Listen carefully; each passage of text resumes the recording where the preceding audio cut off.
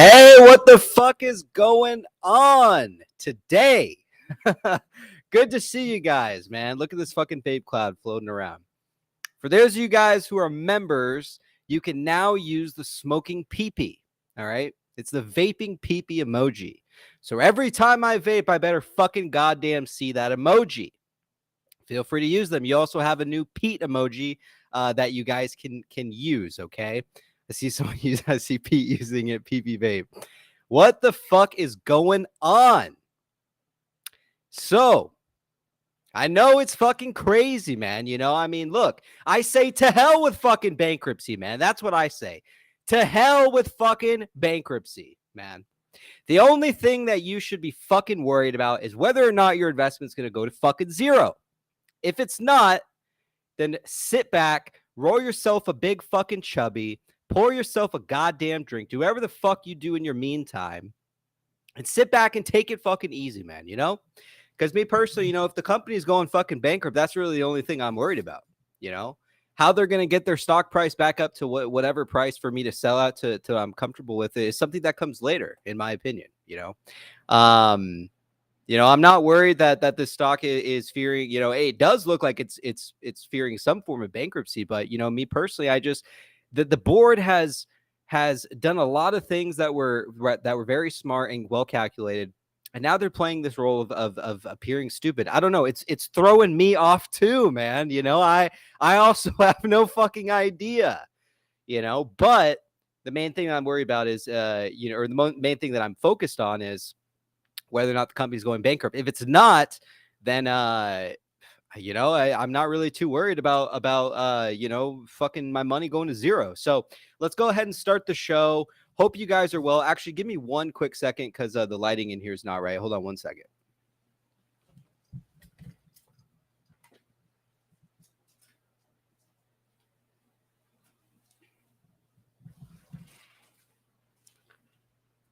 All right. That probably looks a lot better. All right.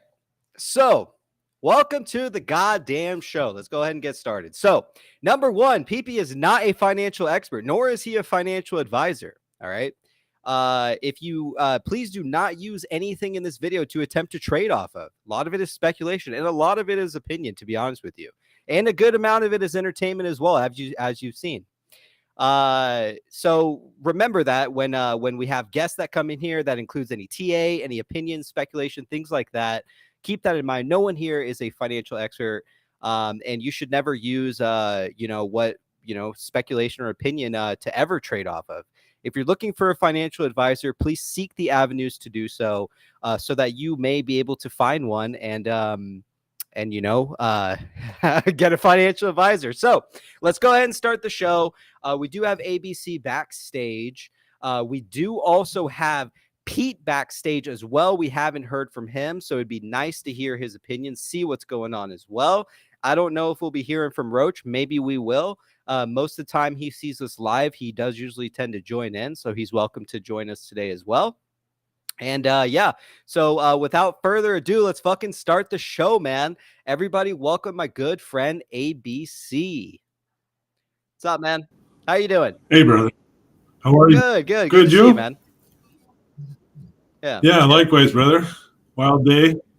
Oh yeah, man. You know, I'm already pouring myself a drink here. So, like, you know, I saw that the stock price is pummeling downwards. I've been hearing a lot of ABC needs to get a tattoo. We're seeing it in the fucking chat. We're seeing it crazy all over the sub.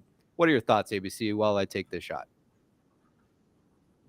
You know what? I made a prediction. I'm a man of my word, so I'm shopping around for tattoos for sure, and I'll make it good enough so that my learned lesson will stay with me for the rest of my life, brother. So I will honor my word, and give me a week or so here, and I'm sure I'll get some type. I'll record, you know, the tattoo part, and we'll be sure to take a good look and a good laugh. But yeah, I'll honor my word to the chat, to the show, and I want to hear your opinion, man. What's going through your head? You know, regardless, let's take out the numbers of the portfolio, how much you're up or down. Let's think about what is going through your mind with this company, ABC.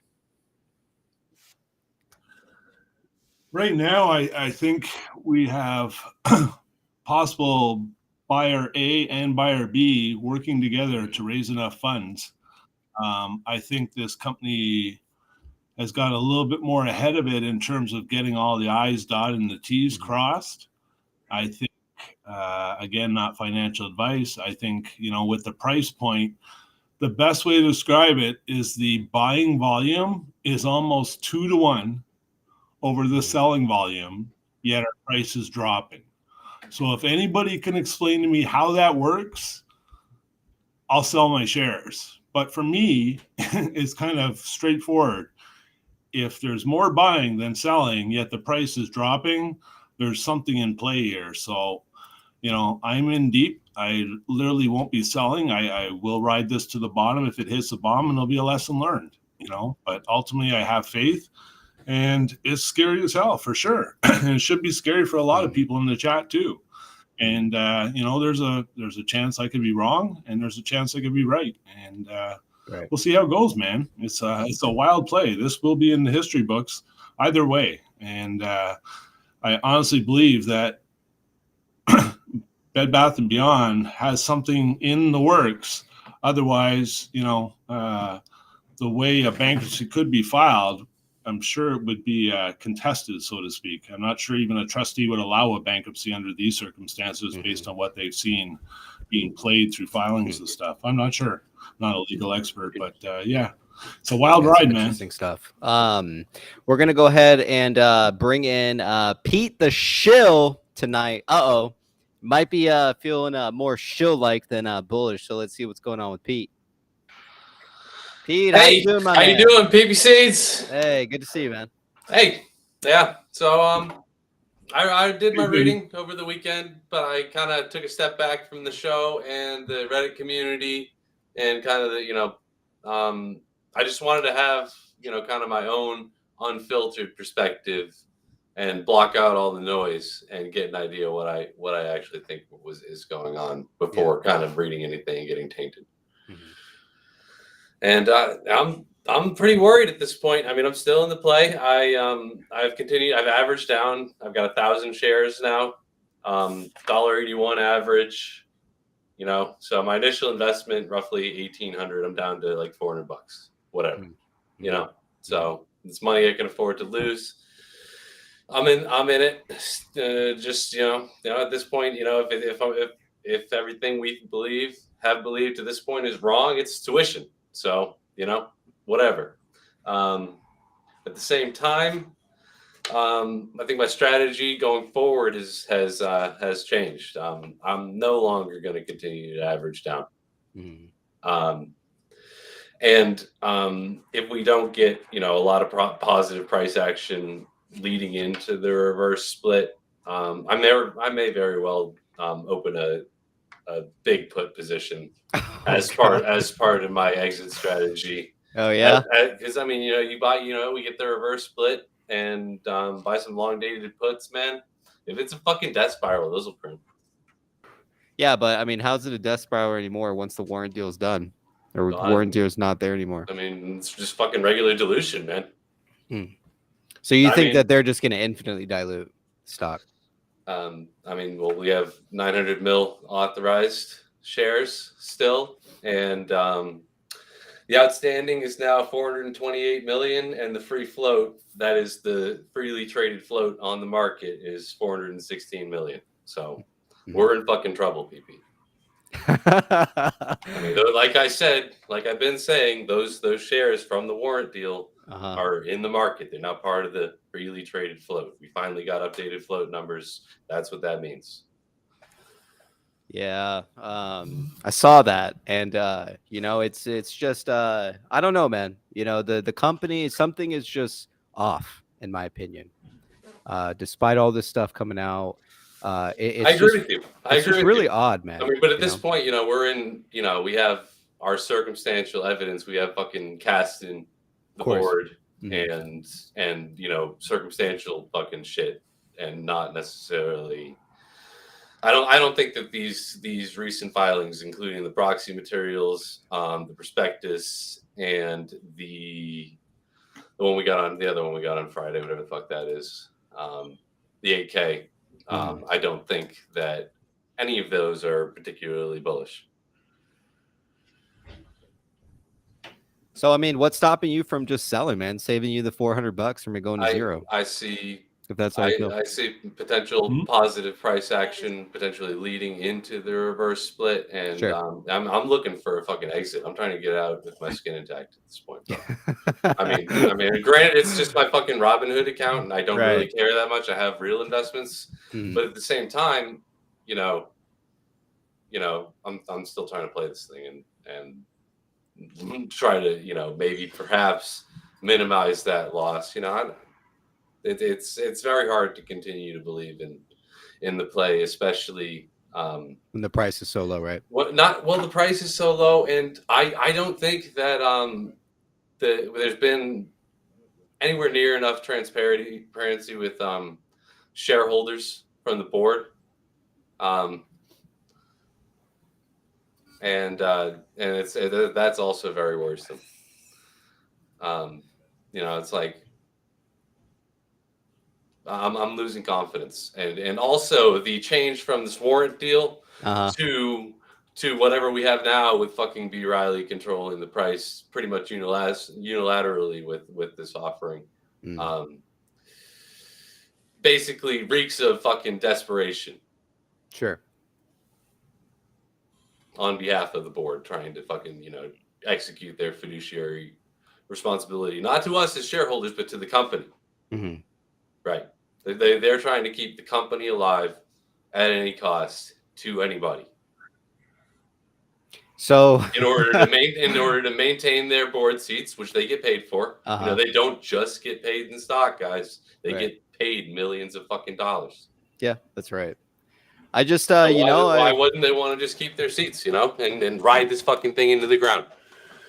It's I don't know, man. Pretty cushy ride if you're making millions. Because it really doesn't make any sense, man. All these new hires, all this new shit, all this, like, they're fucking putting out brands for fucking Bye Bye Baby, like fucking bankruptcy isn't around the goddamn corner, man. I'm not buying fucking any of it, man. It sounds like bullshit. Does it not sound like bullshit to you, Pete? I agree. I agree with that Ever and Ever brand that they added, and with respect to and that's another reason I'm not selling, is with respect to a turnaround. Right. And so there's something. Bad Bath's long-term survival. There might be potential there. They might have a runway to fucking cut their costs. Get the thing out from fucking losing money every single quarter. But it's right. It's a long road, and of course it is. We might be holding these bags for a long time if that is our intention with this play, and I'm not super comfortable with that, man. It's like I'd rather just put my money into other degenerate shit instead of fucking bag holding BBBY for maybe years. Pete, oh my god, man! This thing is like it to me. It seems like it's moments away from rupture. Like, why the fuck? How long have we been saying that? I realize that, but why the fuck? I mean, look, since we've been saying that for the last 90 days, we had 2 fucking run-ups, like from basic lows, man. Right, so right. It's like, but that, and I'm with you, dude. I bought in at $1.30. To me, it just sounds very off. You know what I mean? It's like this company, like everything, even the goddamn fucking tinfoil, because like I guess the tinfoil is all you fucking have now to rely. It's like, why was Project Gemini? What is it? It's Project Gemini or it's Protocol Gemini? Why the fuck are they fucking tweeting about Bed Bath and Beyond when the fucking stock's $27? And now he's a super stonk mod. So who knows, dude? I don't know. Who knows? Weird, I mean, I like the tinfoil. You guys know I like the tinfoil. Yeah. At the same time, though, it's starting to look like. And the company itself, man, was mismanaged for a long time and loses a lot of money. So that money that is, going to pay the bills, from these offerings isn't even necessarily improving the brand. It's just paying the bills. Right. I mean, to me, it just like, if the company is so dire and set on failing, my question is why, number one, they're completely disregarding anything going on with the price at all. Stock's fucking less than $1 at this point. Like, this is fucking unbelievable. Hold on one second. Hold on here before I lose it. We got a $2 from Gregeth. Refer Pete to the meme I made on the PB Show Reddit. You need to go to the Reddit and see his. And then Human Go tip $2 says tinfoil baby, let's smoke some hopium. Yeah, man. Like here's the deal, Pete. Is like, yes, I agree. It is hard to see what's going on with this stock when it's so low. I agree. I never thought it'd be this low before. To anybody viewing into it, they would assume, yeah, this fucking company's fucked, right? But at the same rate, the board isn't commenting on the stock price at all. They're not saying shit. They know it's shorted to fucking hell. Right. They're not talking about reg show. They're not saying anything. They're not doing anything to defend themselves. Correct. I would like to see the gloves come off, and I haven't, and that's very worrisome. For all we know, the company is already like moving through some form of acquisition because, from one thing that we understand, typically when a company is going through an acquisition, what do we typically see? Well, we see them disregard the stock price. That is something that does happen. Right. I'd like to touch on that, man. So even if we do get M&A, there's no guarantee that you're going to recover your cost basis. They could make a deal, or I mean, it could be, there's a ratio of whatever you're getting in the acquiring company. Right. So it could be fucking 10 bobbies to fucking whatever the fuck the acquiring company to one of whatever their acquiring company is. There's no guarantee that anybody's going to get their cost basis returned and or that it's going to even squeeze at all. Because, now we've got fucking 400 mil outstanding and the short interest has not increased commensurately. Right. What are your thoughts currently on what are your thoughts currently, like just in general, like your I guess your thesis as of now? I mean, are you just basically have you lost all hope now, Pete? No, I mean, if I had lost all hope, I would sell my shares, but I'm still holding those shares, and but my mind is more that looking for an exit rather than a profit. ABC, I'm looking to cut my losses at this point. Oh my god, dude. Why the fuck didn't you sell fucking last month? God damn it. Well, we just got this new information on the 30th, man. We were in warrant land, and now we're in utter dilution land. ABC looks worried. ABC looks I guess out. Pete has bitched out. Yeah, ABC, sure, guys. Whatever, chat. Whatever. ABC, what are your thoughts, man? What are your thoughts, man? Let's hear it. I hear Petey. I understand it. I mean, from the front-facing aspect of this, my man, it looks like it looks bad. Like, even their interim financial report, they still lost $9 million. But it's getting better. They've cut costs. I think April 12th or around there, whenever the financials are coming out, we'll have a better idea. So I mean, that's not too far away. Ultimately, I think something's working in the background. And the reason I say that is if this company was literally just on a bankruptcy tilt, you wouldn't see RS, you wouldn't see the warrant deal being kicked aside. You wouldn't see all this randomness. I mean, unless they were in default, but nobody's come out and said, hey, you're in default of this or default of that.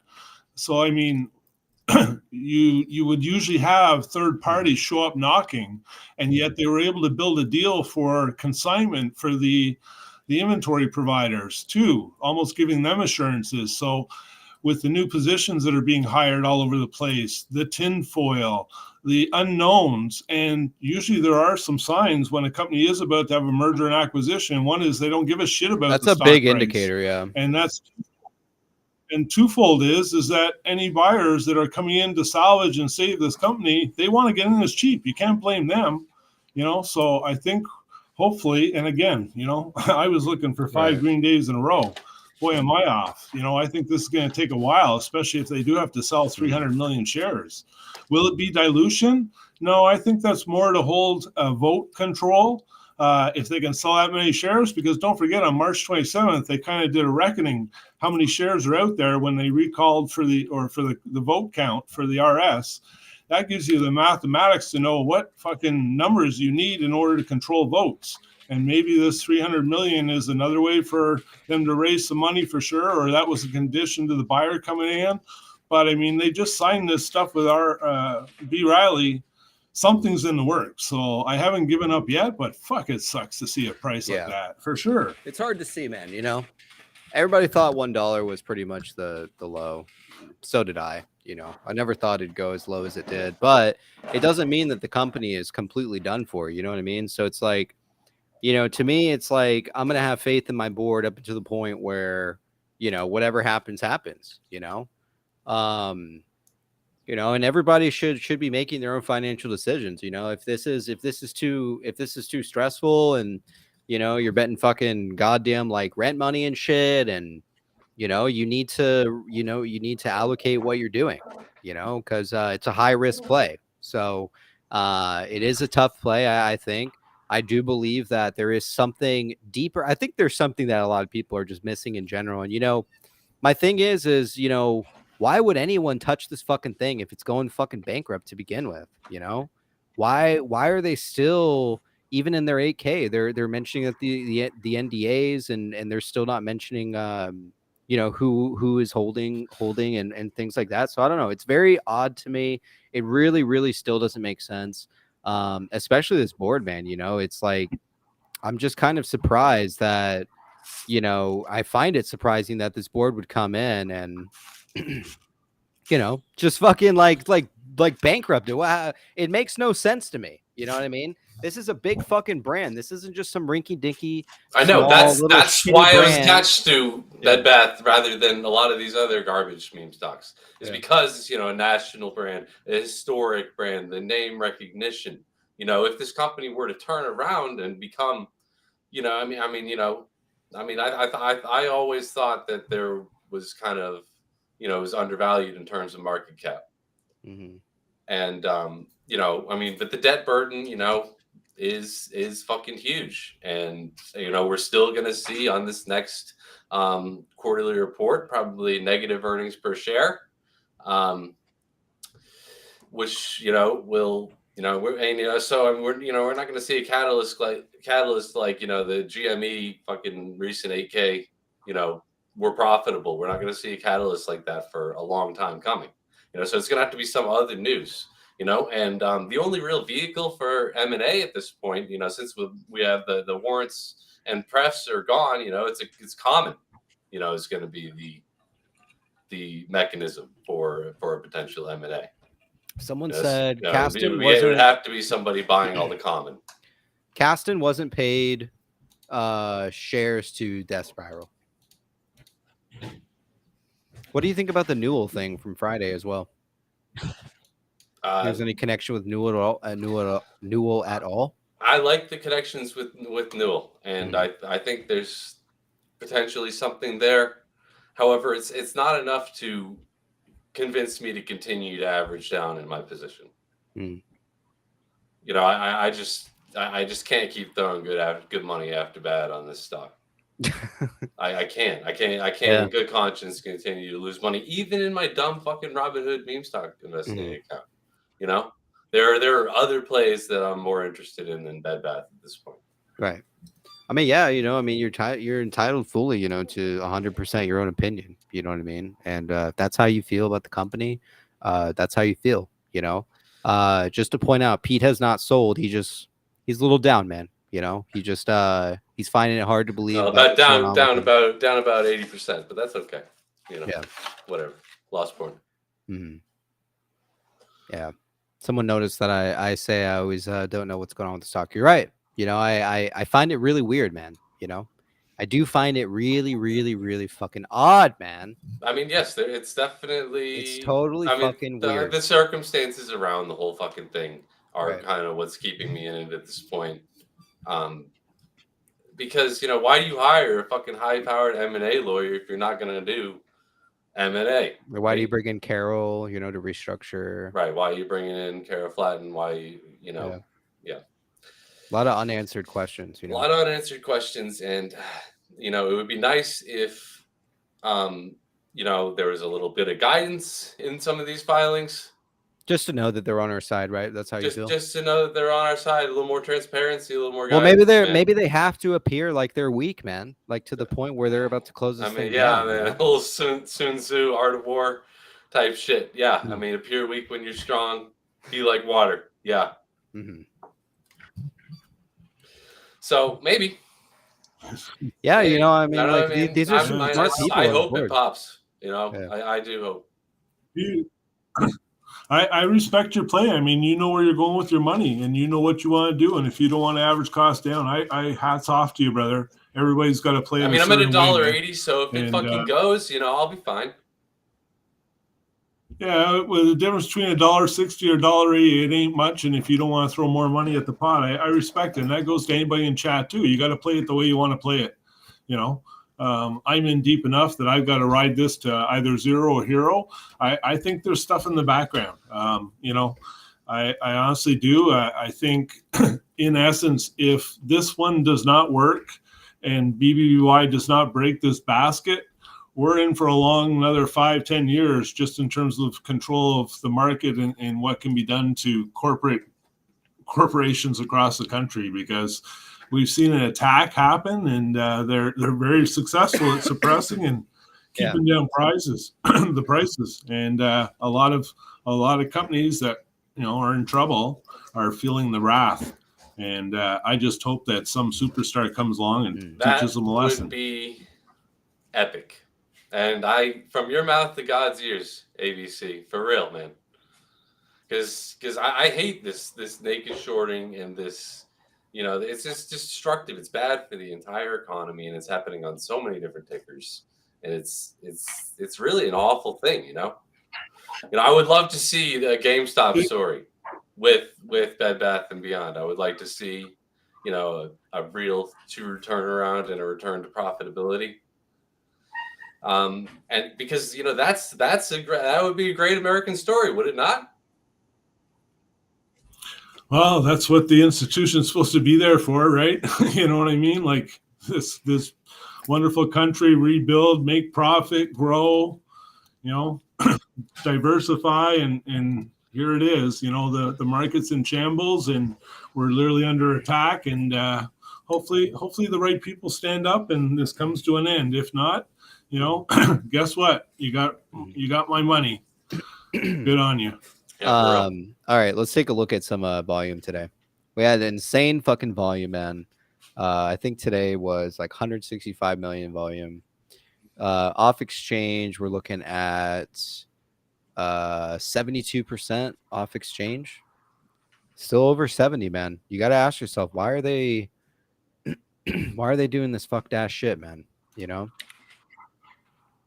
50% of all volume was short volume. We had a shitload of buys compared to sells. CTB still staying up there, 78%, 200,000 shares available as of now.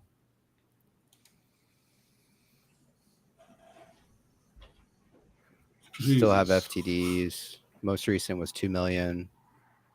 We're starting to we need to figure out what's going on there. I think they're creating more and more fucking FTDs. I think this is going to, I don't know. I mean, I could be completely fucking wrong, but maybe it will look like something like January, possibly. Trending is like basically at a pretty much like low. I did want to take a look at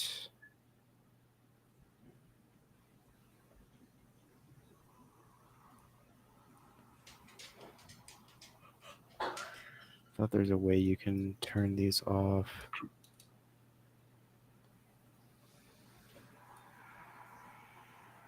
And I mean, this is what happens when you play heavily shorted stocks. I mean, they're all risky plays when you play anything with a high short interest and you think it's undervalued and that there's something there, Yeah. Absolutely. I mean, yeah, like I to a lot of people probably looking at it, yeah, it looks like that. Someone said seller boxing is their goal. Yeah, and their goal is to bring it down to nothing, for all we know, the company has already been in some form of an acquisition or some stage of some form of an acquisition or a takeover that maybe we're missing. I mean, somebody bought all that common, right? And someone is possibly still holding all that common as well, to our knowledge. We don't know, that it's been dumped straight into the markets that what we're trading.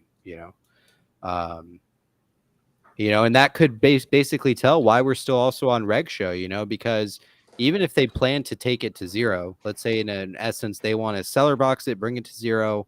Well, they probably wouldn't want regulators to see that they're still on reg show for this long. So I'm assuming they would close out some of those FTDs and they'd get themselves off of reg show. The fact is that they don't have enough fucking shares out there to even get themselves off of reg show. Right. This is almost unprecedented. The only stock that I can remember that spent more time on reg show is Overstock. And you'll remember that one fucking had pretty epic squeeze. Mm-hmm.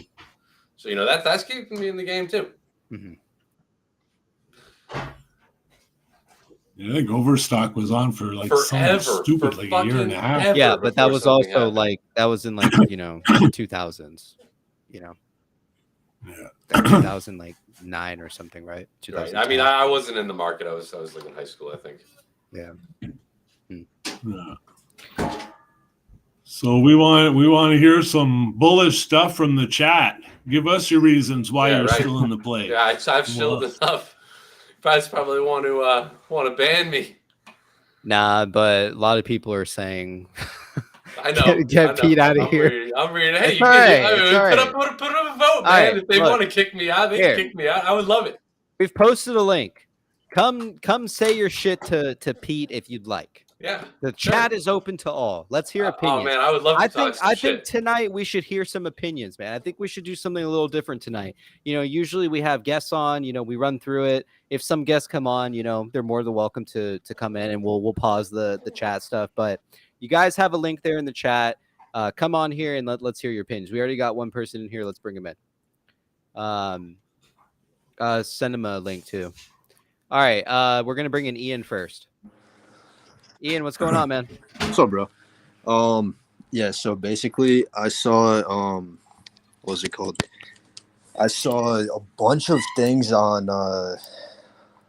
Reddit. I saw these people with holding for like 2.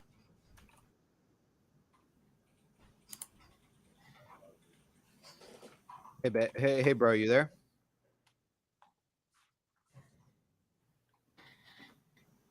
We got a guy backstage. Just hang out back there for a second. You're not live yet.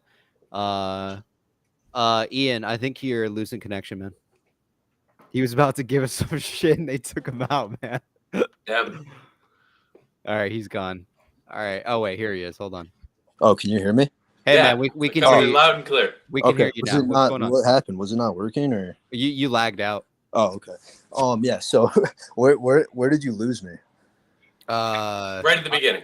Yeah, just like literally right at the start. Yeah, Pete, I feel you, bro. So when it went to 60 cents, I was literally like, dude, I'm selling. I just lost so much money. I'm selling. And then I'm just sitting there. I'm like, how else am I going to make a shit ton of money? And today I think it was like 6 o'clock Eastern time. I'm in New York. And I was like, am I going to go outside, go make some money, or am I going to buy 11,000 shares? I want to get to I have a certain goal for shares. Right. I'm sure everybody does. ABC has like fucking 19 million, but I mean, I'm just calling it like it is. I saw the tattoos too. That was funny. He gets a whale tattoo. I'm gonna fucking lose it, bro. Right.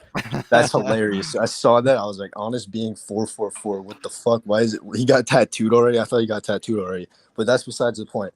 So I do feel for Pete. Everybody's like, I'm sure some people feel some form of what Pete's feeling too. I felt exactly like that.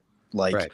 I think it went to like 60 cents, or like 20 cents. I was like, dude, I'm a fucking man, right? Like, am I going to be emotional over a fucking stock? Right. And I was like, no, I'm just going to not buy. That like that's like what am I gonna do? Spend 10K Right. on like you have to kill the emotional part of your Dude, mind exactly. to make money in the market. You have to. Dude, that's what I'm saying. And I today I was feeling very good. I had a very good day, you know.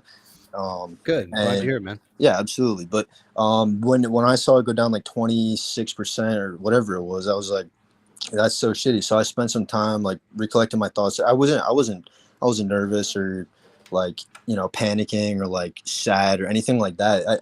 I normally never am like that. But the one day that I felt like Pete was when I went to 60 cents. I was like, you know, I was just like, dude, like this is crazy. Like, am I really just gonna like lose all my money? You know, I'm like, worst comes to worst, like it goes to zero. Like you can always get more money. Like if you think about it, if you get a shit ton of money, what happens? Like, dude, you can spend that money. You can go spend it all. You can go buy a new BMW or like a 2015 BMW for, you know, 10,000-15,000.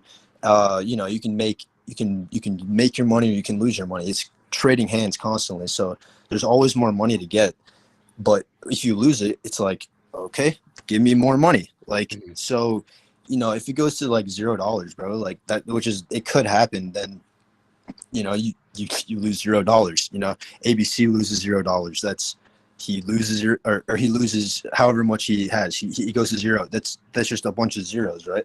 But if it goes up, you know, you make money. It goes down, I mean, it's just fucking money, bro. Like it's like, exactly. You got to be zen. You sound really zen, dude.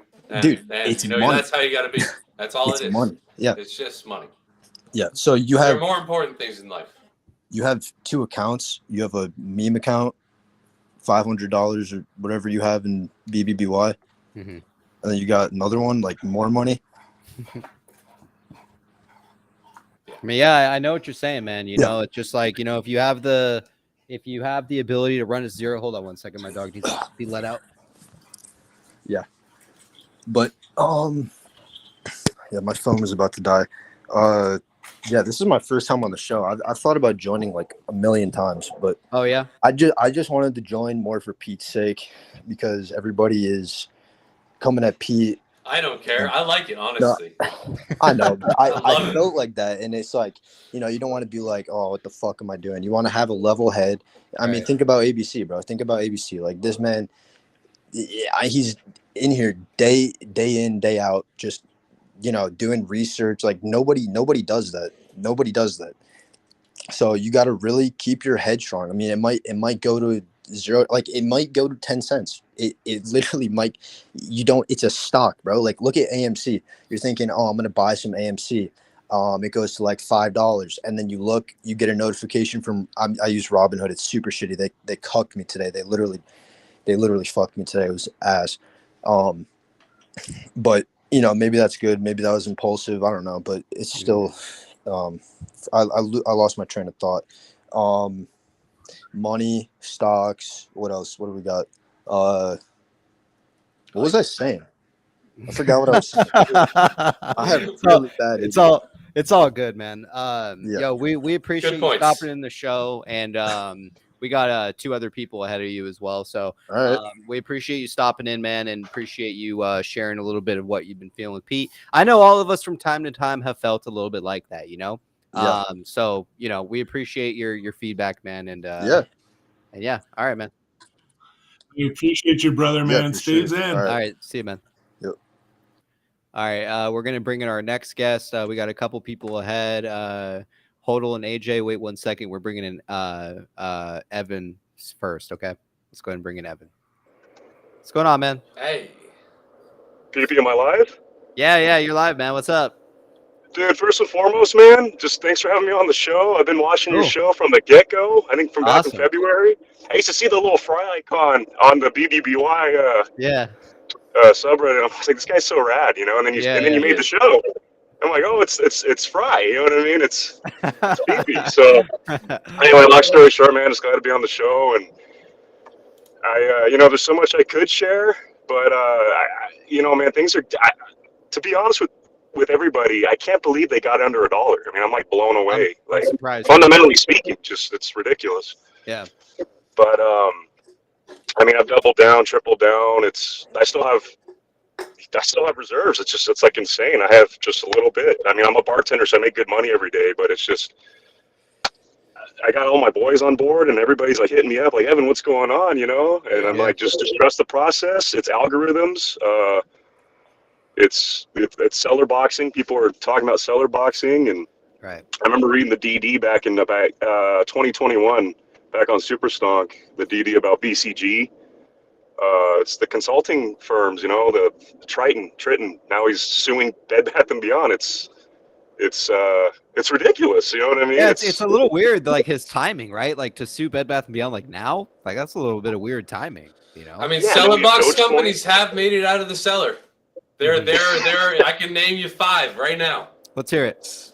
GNS, Okay. GameStop, All right. fucking AMC. AMC. Well, I mean, I Right. don't know if AMC. I think seller box. The technical definition is like under $1. You know, Okay. you have to get to those fractions of cents and that sort of arbitrage to call it like seller boxing, I guess is my understanding. But like, you know, and a bunch of these fucking stupid meme stocks, like fucking like BBBY, I think, was there and isn't anymore. You know, Mara was really fucking close to the seller. You know, Yeah, I remember that. Ape was like was trading really low at one point. You know, so it's like, you know, even if it's fucking seller box, you know, sometimes they turn around violently. You know, I mean, GNS ripped from 60 cents to almost $6. So, you know, that's why I'm still in the play, because anything can happen. It's a meme stock. So Right. why, Evan, why are you still invested in the company? Dude, so 100%, this is what I want to say, man. You know Marantz, the guy Marantz Rants? Yeah. Yeah. I personally ran into that guy. He's my neighbor. I've run into that guy at the GameStop. Wow. Okay, and I'm gonna run into him again because I'm gonna say, why are you bashing Bed Bath & Beyond, man?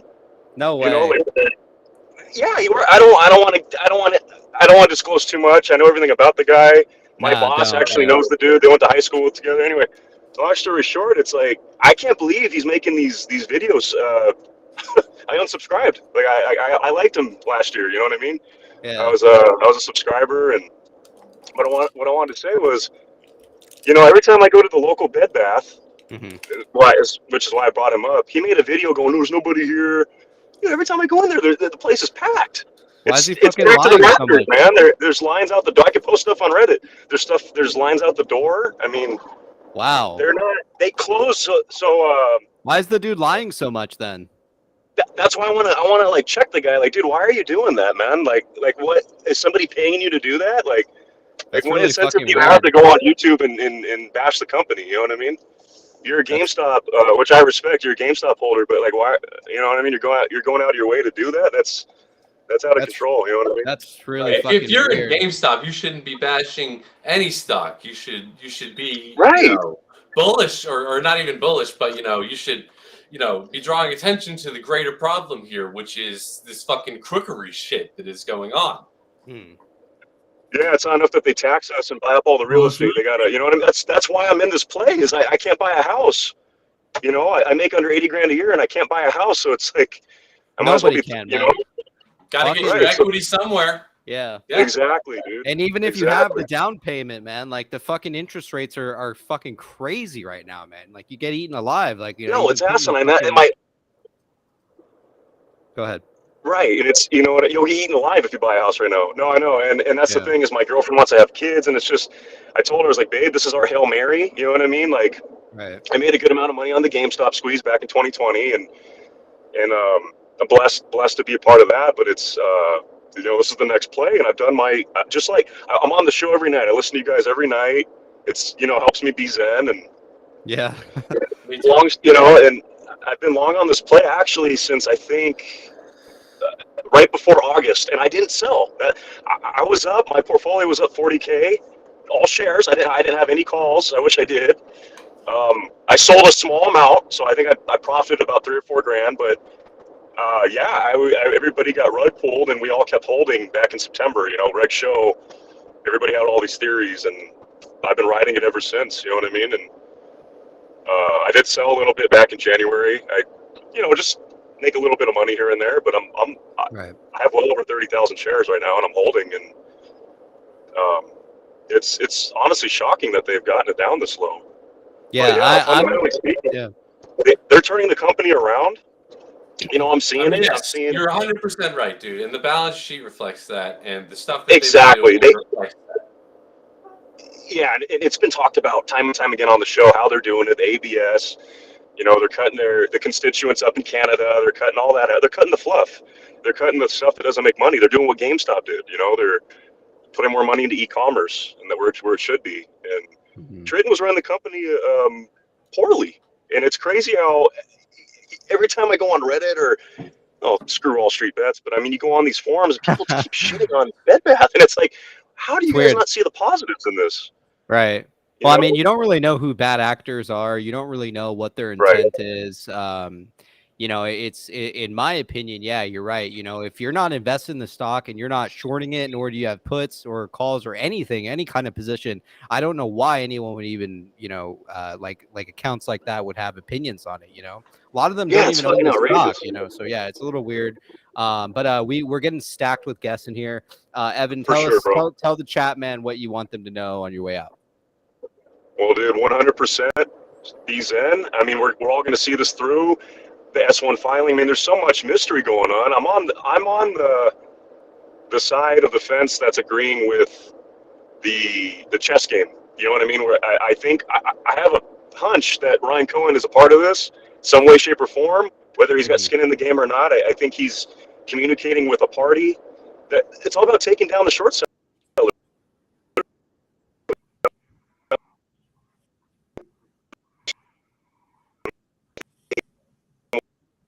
And fortunately, you have the upper hand right now, financially speaking.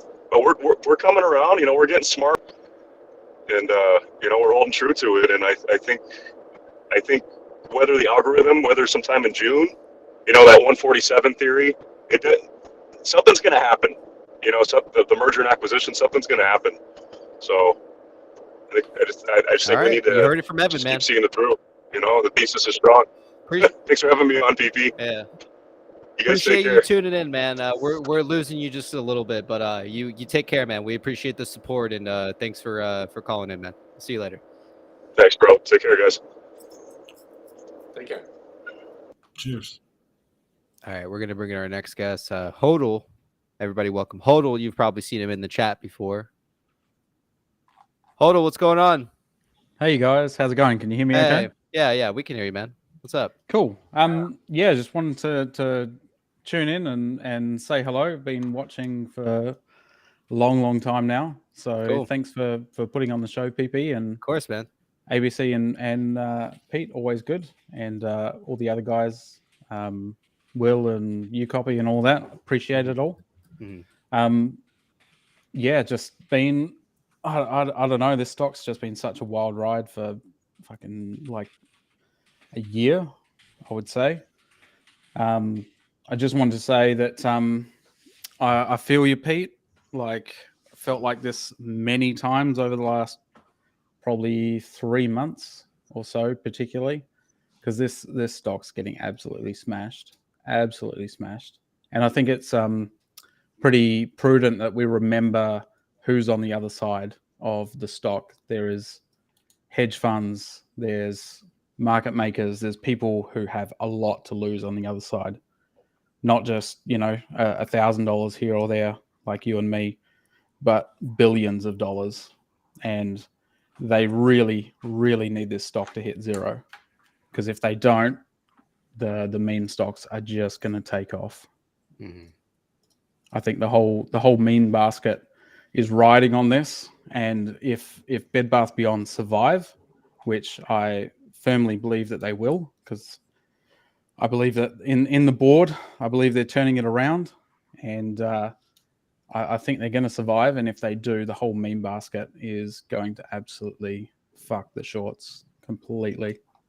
And I'm not sure if I believe in the full story of what ABC's got on with G America and all of that, but I'm in here to make some money, hopefully buy a house at the end of it all. Love to hear it, man. Yeah, I just hope that they get what's coming to them.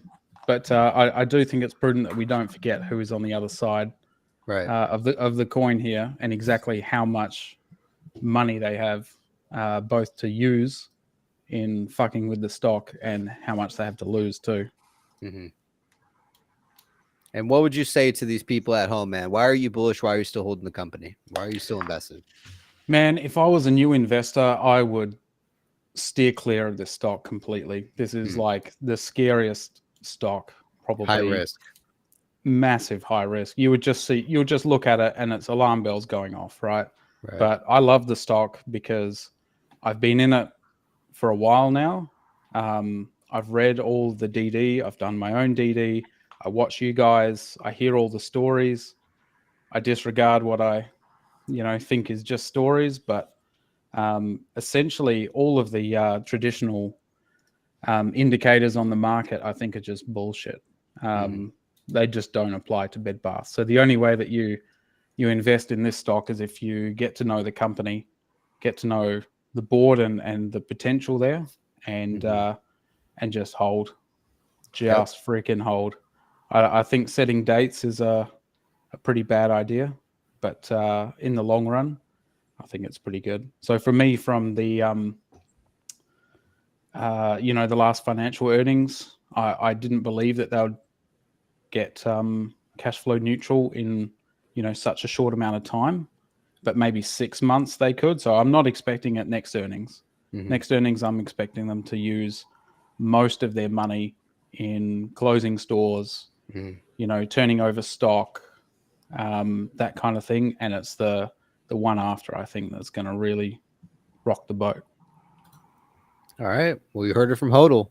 Chat, give them some love, man. We appreciate you tuning into the show. We appreciate you coming on. Well said. I appreciate you guys running it. And I'm sorry you copy that the market makers have done you dirty and you can't rely on any TNA with this one, mate. One day he'll be right, man. I'm positive of it. Tomorrow, man. Tomorrow. Always tomorrow. All right, man. We'll see you later. Thanks, guys. Peace out. See you, man. Cheers. Cheers. I actually didn't see you copy was backstage. Let me pull him in here real quick, and then we'll bring in our next guest. I think. Hey guys, sorry, I was mute. Hey, what's up, man? Hey man, pretty good. There's a few things I wanted to talk about. Okay, hold off on it because we're right now. We got a couple guests backstage. Yeah, go ahead. Yeah, go ahead. Yeah, and then we can. Yeah. All right, then we can jump straight into it. How are you doing though, man? Yeah, I mean, just walking my dog, same old. Nothing crazy. Nothing crazy. It was quite interesting today that the price action in the morning. I was up pre-market, as you guys know, and I was like, "Fuck yeah, 20%! Wow, let's go!" Right, and then suddenly, and then after I saw pre-market, I was like, slept on my bed like a baby, man. I was like, "Man, it's time to go to bed. It's awesome. It's gonna be great." Boom. It's all taken down. I'm like, okay, and I'm trying to look at the chart and all that shit. I'm like, and I open up Ortex, and this is something that I would like to share with you guys after the guest. But this might surprise some of you, but I want to explain this further with AMC. So stay tuned, guys. Right. Awesome. Let's go ahead and bring in AJ. Chat, welcome, AJ. Hey, can you guys hear me all right? Yeah, we can hear you. Hey, yeah, so I'll be real quick. I got into these selling cash secured puts back at 20. I thought it'd be a quick little drop down if I got a sign, and then we'd have a nice little RC run, and here we are. But there's no choice now, man. No choice now. We're in it. So if you believe in the short basket, here's the first thing. If you believe in the short basket theory and that they're connected, he's got to protect Bed Bath & Beyond, to protect GME. So RC was interested in something. He approached Bed Bath & Beyond. He wanted something, either that company or Baby. And then he left. And like a lot of you have suggested, I think a deal was done at that moment. He has the firepower backing him. It's not just him. He's got BlackRock connections. He said, Sue, this is what you're going to do. This is what we want. You're working for us now. The CFO took a dive.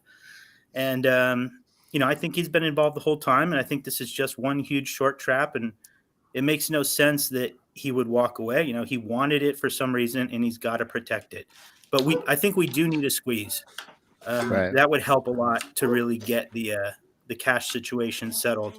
Mhm. And I don't really think that the companies matter. I think it's just about the stock. Just keep the stock price alive. As long as the stock is alive, it's a danger to the shorts. And I mean, when GME ran, it ran out of nowhere. It exploded. And that was big money moving it. That was not retail. Some retail was in, but somebody gave the go sign that it was time to blow it up. They hit their target. They sold at the top. They generated their cash. And that's where they are now. So I think what the shorts are doing now is the best case scenario for the shorts. They pound it down as low as it can go, and then they hold it there as long as possible and try to discourage people and shake us out. And they even want people to buy in at this small price because they're going to, what I would do is let it run a little bit to $1, $2. The people who got in at 50 cents will sell it 1, they'll sell it 2, you short it back down again. But what you don't want is that gamma ramp uncontrolled run like GameStop had. Right. So, and the biggest threat, I think, is Wall Street connected to government. You know, what has given America all this fake wealth over the years, I think they've been in bed with Wall Street. They've all made money off this bullshit.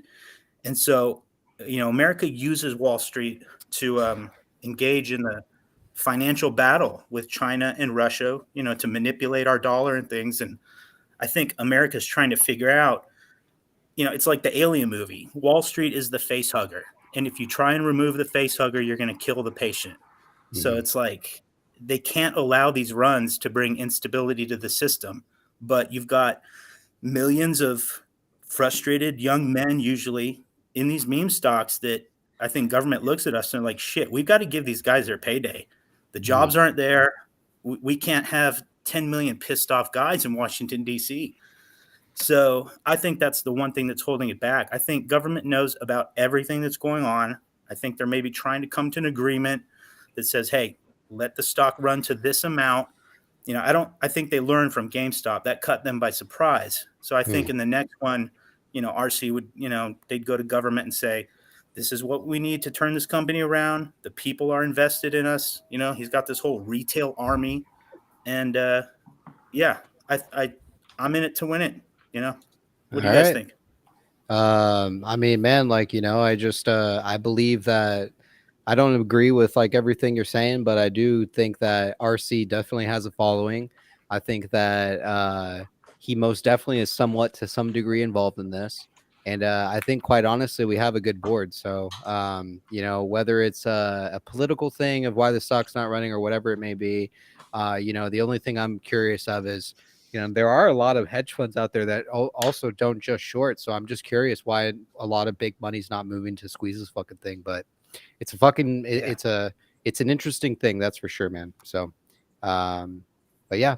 Cool. Thanks. Appreciate you coming on the show, man. Thanks. See you, man. Cheers. All right. I can't remember if I think Guru was in here before MGIS was. So MGIS, wait 1 second. We're gonna do Guru real quick, and then you'll be on next, and then Max Tennies will be last. Then we're gonna close off the chat, and then we're gonna listen to what UCopy has to say.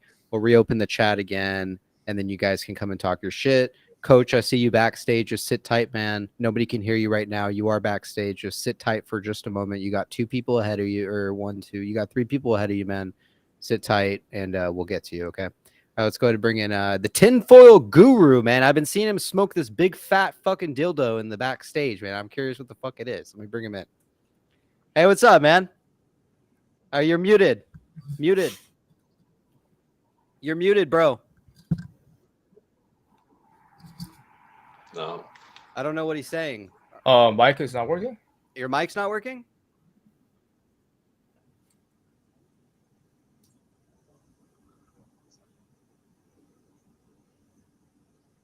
You can talk, man. We can't hear you though. Your mic is muted, it seems. I don't know what he's saying. Yeah. Type it in the private chat. What you need to do is you need to click on the cog at the bottom, So you click on the cog, and then you go to voice, or you go to audio, and then you want to make sure once you're on audio, you make sure your audio input is the mic that you're using.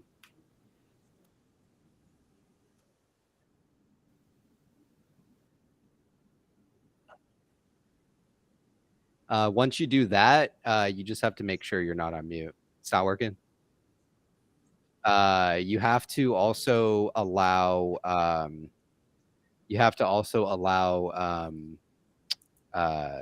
Fuck. What is it? Like permissions. You have to give permissions to the Restream as well, since it's in your browser. So what you have to do is you have to type in Google permissions, and then make sure you allow it. I'll put you backstage while you figure it out. Yeah. All right. I guess we'll bring in our next guy. Oh wait, hold on. I think he's back. Let's see. Hey man, you there? Nah, we can't hear you. I have no fucking clue what you're saying. We don't hear you at all. So like you go to cog, and then you go to audio, and then you set your audio, and then you want to make sure you're not muted. So like there's a mute button. All right, he's got it. All right. This is an SNL skit. All right, we're gonna bring in our next dude in here. All right, let's see. We'll give him one more chance. What's up, man? It's not working. I'll put you backstage. Just fiddle with it a little bit and try to figure it out. All right. I want to hear this guy, man. He looks cool as fuck. Yeah, he does. Tatted up. He's got this big fucking e-cig. Like that's Pee-Pee's guy right there, man. For real. All right, let's bring in Mgis. I think that's how you say it. What's going on? Hey, can you hear me? Yeah, we can hear you. All right, let me kick this water hose off. So, I guess for starters, what I really got to say, a lot of people tend to miss the big picture in investing, and especially paying close attention to Bed Bath & Beyond like we all have. So the hedge funds, they want to short the stock to zero, make it go bankrupt. Ryan Cohen came in to save the day. And the biggest thing, because everyone's talking about the debt, ABL loans. Right. He still wants baby. $1 billion is what he has it valued at. That is just going to wipe all. He said multiple billion is what it's worth. Multiple. Well, okay. I guess I'm more on the conservative side. That's all right. But this one's more specifically for Pete. Look, stock price is irrelevant. It goes up, it goes down. It's meant to fuck with you. But we have a way out of the debt, no matter what. And the company, Bed Bath & Beyond, is not going under. Yeah. That's the most important fucking thing. I hope people are listening to this guy, man. That's the most important thing. Fuck what the stock price is. What you should be worried about is this going to zero or not? That should be your fucking focus. The only thing that matters. But actually, I got to hop off because my phone is about to die. No worries, brother. Thanks for tuning in. Take it easy. Peace. All right. Guru, you want to try it again? No? You want a link for your phone? You can join through your phone, man, and then you could just do it that way if you want. Yeah? All right. I'll send it in the chat. So pull up the stream, and I'll send it to you via like the stream chat, okay? We're going to bring in our next guest while we wait for Guru. All right. It's in the chat. You should see it in just a moment. All right. Let's go ahead and bring in Max Tendies and then coaches after him. Max Tendies, what's up, man? Hey guys, how's it going? Good. So I just wanted to take a step back in time, back to March of 2022, because I think there's something key that we're overlooking here. So when RC obviously buys into Bed Bath & Beyond, he brings in with him 3 appointees to the board of directors, right? So we've got Ben Rosenwig, Marjorie Bowen, and Shelley Lombard. And why that's essential and why we need to keep that in mind, especially when we're talking about mergers, acquisitions, spin-off of baby, etc., is their purpose for being there was to identify the value of baby. And that program was led by Sue Gov. So you got those 3 board of director people placed by RC, specifically looking at baby. Now, if you're to invest and jump on board and buy a large portion of a company, for example, PP, your dildo store, someone wants to acquire, say the BBC section of your dildo store, you have no intention of selling it, right? You're not going to allow someone to bring on 3 board of directors to basically price what it could be worth at the open market. Right. So these guys have been working on the board. 2 of them are departed now, sure. RC is gone. But they did the work for 6 months. They identified how much baby was worth. You think Bed Bath & Beyond is just going to allow them to come on board and make them do all this work just to be like, nah, fuck it, we'll go bankrupt. Or we'll just dilute our shareholders to shit just to stay alive for a few more months? I just don't see it. So if that's your plan, then why is David Caston involved? Why is Carol Flatton, who was formerly acquired by Alex Partners in her previous position at Lazard, she's been in this position before. Why is she there? It just doesn't make sense. If the play is just to dilute us all to shit, just to stay alive for a few more months, then why have all this experience on the board? Why is RC stepping off Dragonfly Blood with Larry Chang? We both know that they've been raising capital for something. Why is Barry Icahn selling all of his shit at a loss? Why is he stepping down from the board? There is so much ridiculous amounts of smoke here. You kind of just have to say, yeah, I know the fundamentals look absolutely terrible. The stock price is absolutely shocking right now, but look, there's a lot of info here, like that you could say there's surely they're going to do some sort of spin-off of Baby. That's just my opinion. All right, well, you heard it from Max, man. I agree with you, man. There's too much fucking things going on. Maduro looks like he wants a link. We'll get you one right now so you can ask Pete something. And then yeah, man, I agree with you, dude. You know, there's too many fucking weird things going on with the company, too many connections here and there. Brett leaving, Dragonfly, all this shit. Yes, I know the stock to anybody looking in is like, God damn, man, this looks bad. But it's like, I don't know, man. You know, if you really, you know, ultimately you have to trust in your board, and that's all I'm doing. You know, that's my stance. Is I trust in my board. I trust that they'll make a good decision at the end of the day. And look, if they fucking fuck me, they fuck me, man. You know. And the last thing that Sue Gov said about Baby when it was brought up, whether or not it was going to go public or if they were going to keep it, right, was we are not interested in selling Bye Bye Baby at this time. It's a very good that's very, Jesus. That's a very good way of explaining it, man. We appreciate you tuning in the show. We got a couple people ahead of you. Is there anything you want to let people at home know before we let you go? No, that's all. I'm holding 8.5K shares at a $3 average. Not going anywhere. Respect you if you sell, but yeah, there's too much smoke for me to leave this one. Cool. I'd agree with you, man. All right. Take it easy, guys. All right. See you, man. See ya. See you, man. Well, all right. Said file just dropped. Did something just drop? Y'all take a look. You guys, new filing? Why don't you guys take a look? All right, let me try to bring in Tinfoil Guru. No. Did you use your phone to try to get in here? No? So like if I send you a link in the chat, you can click that link with your phone, and then you can use your phone instead of what you're on right now. So let me know if you want to do that. I'm going to bring in a couple more guys, okay? People are saying no file. All right, Coach has been waiting for a second. Let's hear from him real quick. Coach, what's up? Our deepest fear is not that we are inadequate. Our deepest fear is that we are powerful beyond measure. It is our light, not our darkness, that most frightens us. Your playing small does not serve the world. There is nothing enlightened about shrinking so that other people won't feel insecure around you. We were all meant to shine as children do. It's not just in some of us, it's in everyone. And as we let our own light shine, we unconsciously give other people permission to do the same. As we are liberated from our own fear, our presence automatically liberates others.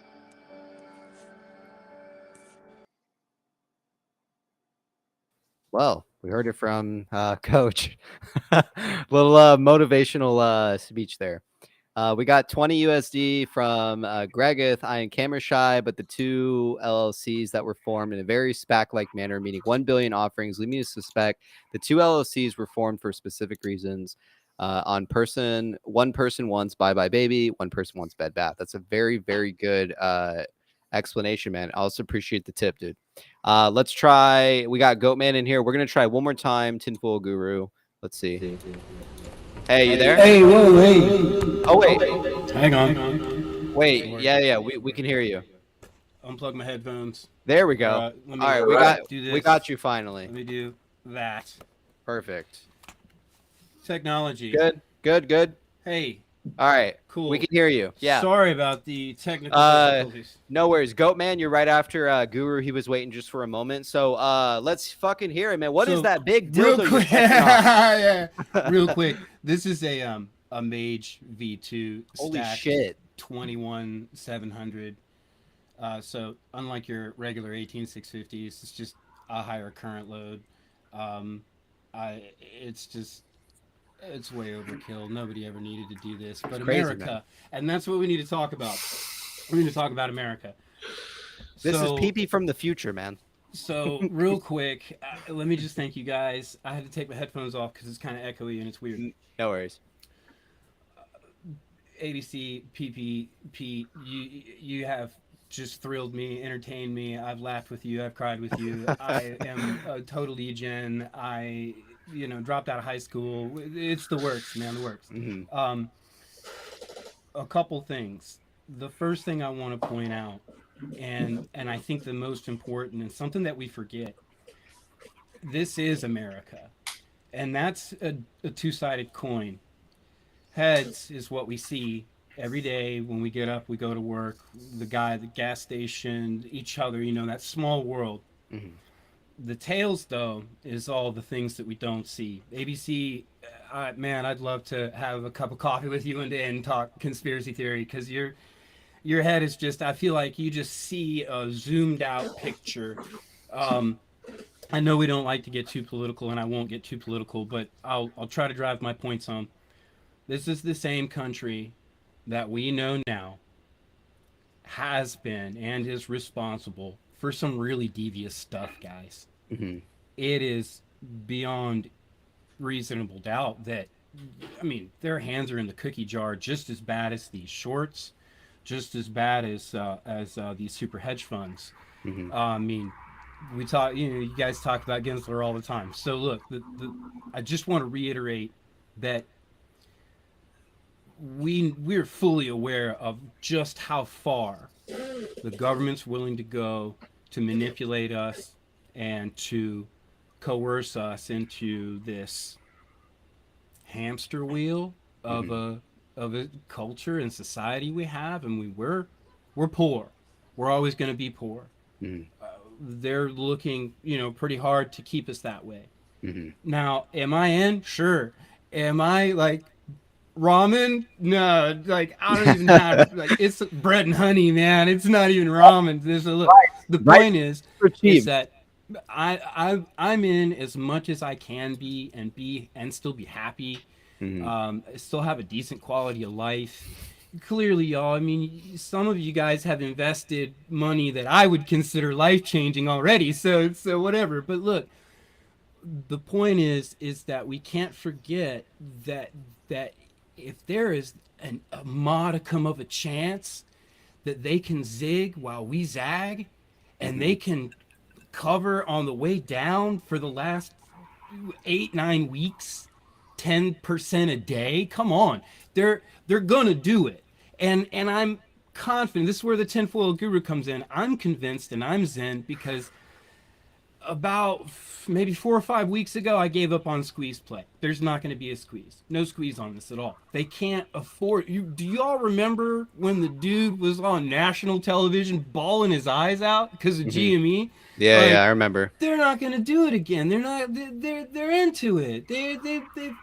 They made us wear masks, for crying out loud. Come on, we're gonna do whatever they want. Like we're gonna comply, because at the end of the day, we're poor and we know it.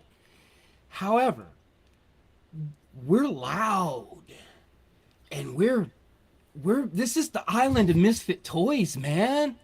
PPShow's the island of misfit toys, where this is something that they're not going to keep a lid on. So, Right. Hey, Pete, I'm there with you, man. Like, I'm ready to just. Where's my rucksack? What do they call it? A bindle, right? You get a stick, you tie it on a little Rucksack. handkerchief, throw whatever Yep. you can in there, a biscuit. I'm out in the woods and done. Screw this. But at the end of the day, I never thought. Look, I'm poor. I've got massive child support payments. We all have things that we got to deal with, right? Sure. I never thought I could be in the stock market at all, y'all. Ever. I just didn't even look at it. But I'm a conspiracy theorist. And this is like the biggest conspiracy ever. Like this is huge. Yeah, something fucking stinks, man. It stinks like to hell with bankruptcy. Look, the fact of the matter is if I know that you know that I know that you know, they know, everybody knows that everybody knows. Mm-hmm. At the end of the day, I believe in maybe some Ryan Cohen. I believe in some Icon, probably Brett, only the young, right? There's just too much weird stuff. People don't tweet that. They tweet what they had for breakfast with a little picture and a parsley on a bagel. It's an everything bagel. It's already got parsley on it. Look, I'm sorry. I just don't want folks to lose hope because, I mean, at the end of the day, we could toss a coin. It's what do we say? Hero or zero, right? Hero or zero, man. Like macaroni or Maserati. Macaroni or Maserati. Unless Coke lines and bread lines. Hey, you want to know something else about this whole thing? I'm gonna start my own channel, and it's gonna be 101 ways to cook ramen. I love it. I'd tune into it. No, serious. I just wanted to jump on while you had it open. I didn't have the cojones to just be like, hey, let me on the show. Mm-hmm. I wanted to stress to you guys, this is the same country. I mean, I don't want to get too like super crazy, but like Lusitania, that was a long time ago, y'all. Mm-hmm. It's a long time ago. We wanted to be in a war. We got into it. Mm. We want you to obey. So we do what I consider pretty draconian things, you know, a few years back here with this. And we know that once it sticks, they don't take it away. Mm-hmm. They never take it away. It always stays. The laws always stay. The usurpations of our liberties always stay. And this is, if it doesn't have to do with money, then what does it have to do with? Right.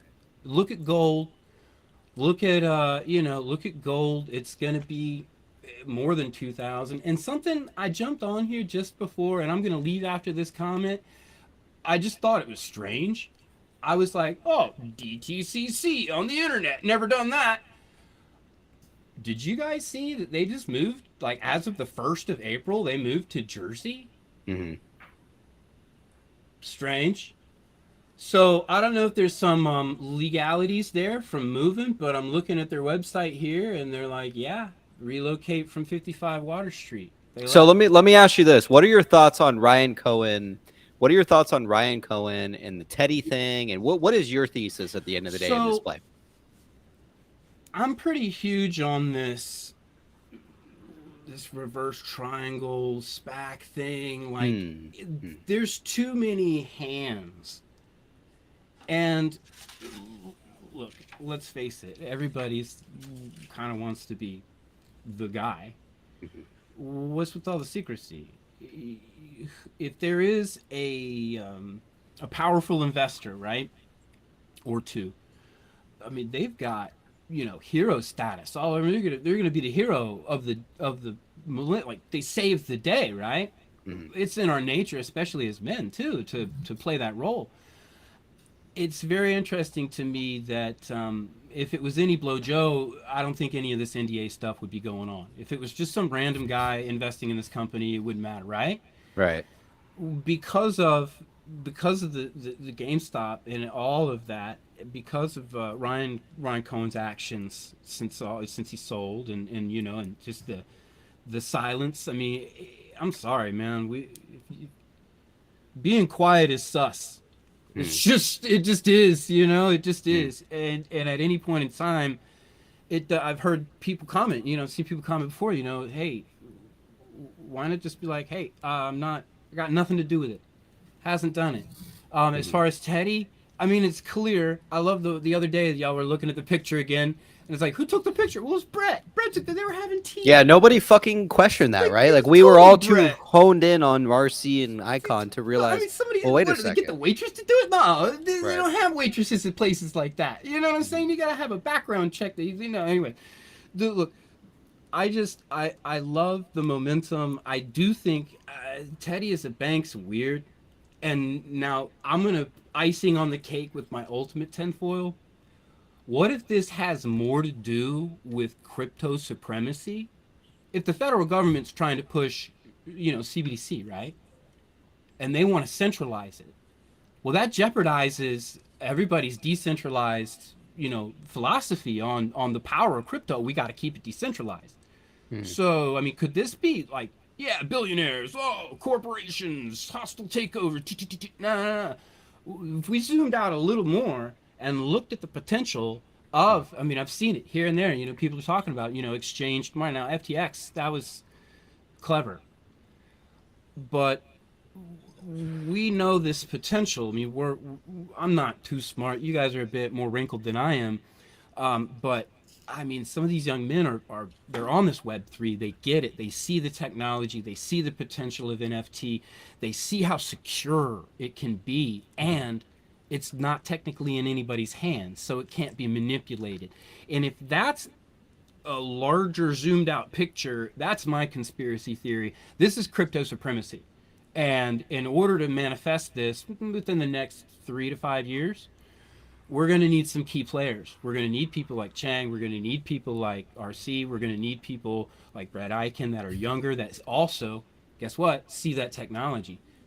I mean, how many of us, show of hands, used to set the VCRs, and the DVD players for, you know what I mean? Like, we set up the whole entertainment system because that slightly older generation couldn't grasp it. And that's why, ABC, man, like, I don't know, you're probably not even that much older than me. I'm in my early 40s. And you're there. You have that zoomed out picture. And I think if we box ourselves in, I mean, we go to Baby, we talk about Baby all the time. We box ourselves in, we go to Baby, we look at the Reddit there, and it's just like, y'all have fallen down a hole and you're stuck there. You're in a box together, and you're not coming out of that box long enough to say, oh, wait, hang on, let me look at this. Mm-hmm. So the idea is here, we have to keep the macro and the micro in a good balance. Mm-hmm. I can't go too far off the rabbit hole with all my wild ideas, right. But at the same time, we can't echo chamber ourselves. And I get what Pete's saying. I mean, you look at this, I mean, you'd have, I mean, there's nothing happy about this right now. There's nothing. And typically what I've seen from regular investments and regular stock movements, it's like, oh, hey, we're going to do this. We're thinking this is a good idea for the biz. And right. And you have some guidance. You have some direction on where you want to put your money. Again, I haven't really talked about money much, not financial advice, any of it. I'm a poor guy, and I managed to eke away, 50, 70. I got maybe like 600 shares, half in DRS, whatever. It is what it is at this point. If I get up enough money to replace my beat up 2007 Altima, I'm up. Right. Up. All right, So, we gotta move on to our next cool. guest. So give us some last thoughts on what we should expect with the stock price, and give us something 1 minute or less. Let's hear it.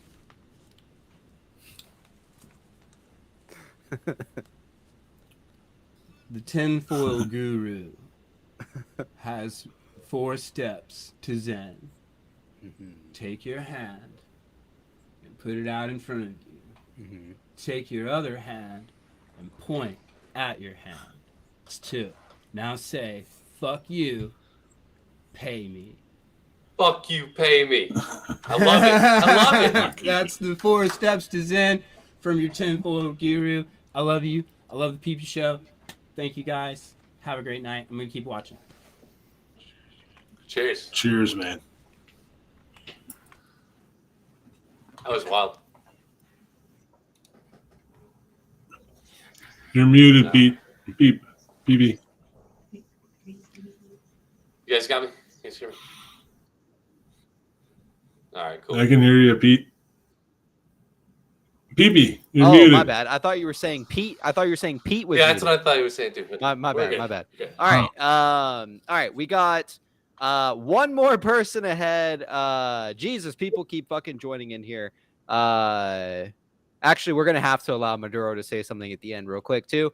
Real quick though, while I am pulling this up, let's go ahead and bring in Goat. I saw there was some people who are also members. I do want to give them a shout out as well. So let's go ahead and bring in Goat Man. Hey, Goat, what's up? Hello? Yo, you there? Can you hear me? Yeah, we can hear you. Can you hear me? Okay. Yeah. Okay, so I just wrote out a thesis really quick. This is something I thought about the other night because this thing's been driving me freaking crazy. I'm sure it has been all of you. Basically, I'm just going to list it off how I kind of wrote it down, and then I'll just let you guys talk wherever you feel about it. So I'll just start with we all know Cohen is a big Twitter troll. He likes to manipulate things, whether if that's good or bad, much like kind of like a mentor, Elon Musk. A lot of us don't know what they mean, but we're all about his conspiracies and his dates, and it drives us crazy. So I'm just start off with that. All right. So from when he started talking about Bed Bath & Beyond, which this guy doesn't talk about many companies. So for him to actually talk about this company is the first, like, makes your ears perk a little bit. So let's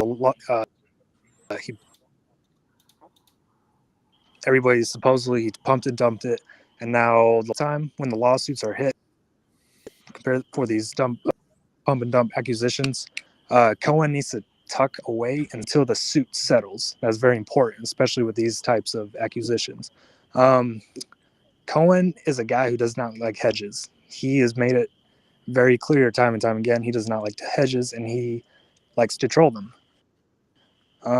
So with that being said, Bed Bath & Beyond, this company, despite their declining momentum, they bring in, $1 billion every quarter. That's $1 billion with a B. That's not joke money.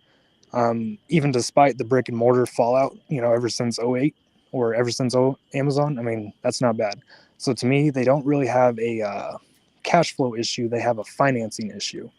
So with that being said, I'm just going to start talking about Icon and how Cohen may play into all this. In order for Icon or any other inside investors to be attracted to this high risk investment that Cohen may be pitching to them, it needs to be as less risky as possible. We all know Icon. He's a very intelligent investor. He's been in the game for a long time. You watch the interviews on the guy. He knows his stuff. So for him to take on something like this, he needs it to be as least risky as possible for him. And he's known to not like the practices of modern corporate America also. So I could see with Cohen pitching this idea to him, he could become attracted to it. And also with Cohen hating hedges. So it's a 2-in-1 kind of deal. Icon hates modern corporate America and how they run. Cohen does not like how hedges run. All right, so leading up to that. So around that time that I posted that picture, around that time Cohen posted a picture with an Icon, was October, right? That just so happened to be the time that Sue Gove came in, and happened to be the time that Mr. Trenton went out. Don't know if that means anything, but coincidence, I don't know. Sue Gove has a history of working with that specializes in turnaround plans. If you go on her biography and check out her history, she's known to work with that. So from that time, from October, you start to see the shift of the company aggressively start to close their stores. And this is even before the macro and heavily about recession. You hear it all the time now, recession. But they started closing a buttload of these stores even before.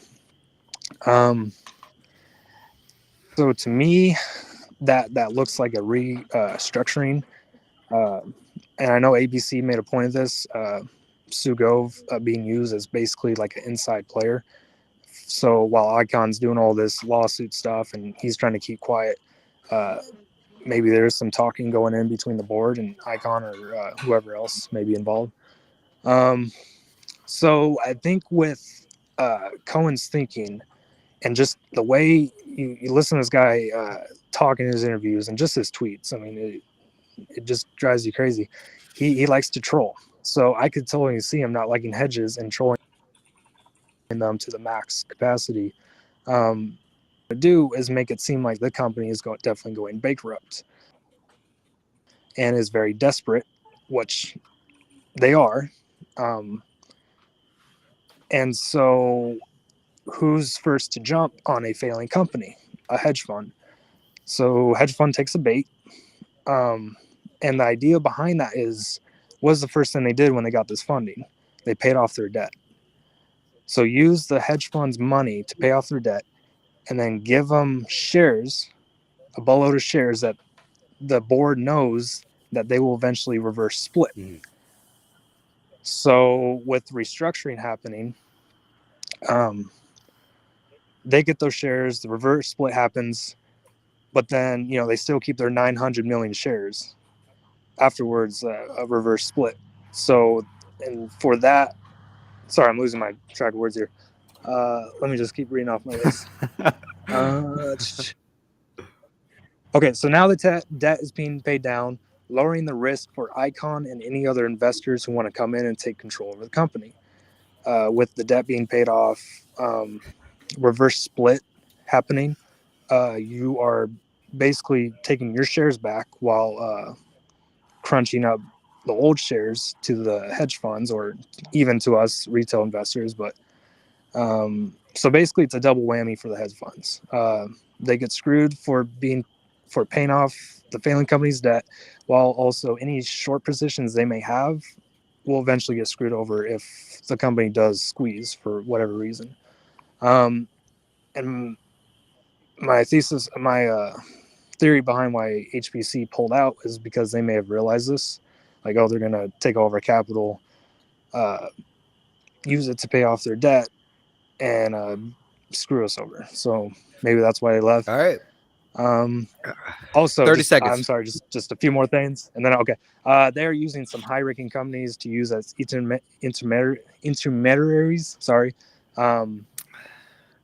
and anybody with big money is going to want to use reliable companies to do so. JP Morgan signed off on a lot of the funding, especially in today's time and world. I mean, what bank is giving funding like that, especially in high risk? Cohen seems to simply just be restarting the entire company and basically wanting to take control when it becomes a new company and make it as cheap as possible. And the goal is to do it as completely quiet as possible to screw over any hedge funds that might be in play. And then one more thing with that S1 filing. So I did some research on those filings, on that type of filing. And there's a law in place to where when you have that type of filing come around, you have to keep extremely quiet and not use any trigger words that might make any event that might happen in the future. Like, let's say someone else is buying up this company. If it is Icon, it's a law that they can't use certain words to possibly get people excited. That's all I have. Oh, and then Cohen's interviews. He's always talking about how he wants to go against Amazon. So that's what I have. Do what you will. All right. I appreciate your guys' show, and y'all. All right, we appreciate it, brother. Thank you. Yep. Gregith with the $2. PP, can we see the roach me I made? Yeah, we'll show it. Yijin says, hi guys, I borrowed some money from my girl today. Average down from 121 to 97. Let's hold, guys. Let's BK or moon. That's it. P, you need to be doing that with those married women, man. Like, fucking take the husband's money and fucking gamble that shit. All right. Listen up. Not a bad idea. I have some DD apparently from something that has been written by cows. Okay. What is that fucking sound in the background? That's Go. See you, man. All right. Bear with me. We have one last person and we're done with the fucking chat. Okay. One more fucking person. We have some DD that's written by cows that I would love to fucking highlight. You got a bounce show after, or you got a bounce fee after. All right, no worries. So let's bring in this last guy. Bear fucking with me, and then we will get into some DD. Okay, I appreciate you guys allowing the chat to come in and just give their opinion, because we want to hear, you know, what's going through people's heads. Okay, I know sometimes it's a little tough. Give us just one moment. We have one more person in. They do have a timer of 3 minutes. Let's go ahead and bring them in. The last person we're bringing in is the Barbarian. Okay. All right, Barbarian, what's going on, man? You got 3 minutes. Hey, it's me. Hey, what's going on? The Barbarian. I'm here to tell Pete to stop being a little paper nanning bitch. This is not the Pete that's fucking wives. Wake your fucking ass up, Pete. Oh, Pete. What is the fucking old Pete? I'm gonna come over there and slap your fucking face. Wake up. Well said. You're right. We want Pete the pilot, not Pete the shoe. Maybe next time. Put a smile on your face. Smile, ABC. Wake your asses up. Remember why we got into this play. Remember. Take Jack. I needed that. There was like music in the background. Man. That was interesting. That got me like, you know. All right. Going. All right, we're done with the chats. Pete, do you have to get going, my man? Yeah, I gotta bail. I gotta be on a site early tomorrow. Right. So. All right, no worries, man. Have a great fucking night, and we better fucking see you next time with Pete the fucking pilot. Might man. be Pete the pilot. Hope we get some news. God, yeah. I don't want to be Pete the shill anymore. I want to make some money, guys. Come on. I feel you, man. All right. Fuck Peace off out. out of here. Good night, We'll man. Yeah, I'm fucking off. All right. Yi Jin with the 5. That's my girl. We ingested. It's fine. PP. Laugh out loud. She say okay. She know I'm buying Bed Bath. Cool, man. Love to hear it. All right. Cool. That's all of our guests. We're moving on now onto a little bit of fucking DD. Let's read what Cal's has to say. I think you guys may want to fucking hear this. If you guys want to fucking hear it, let me know and we will fucking share it. Okay. All right. We're going to start into it right now.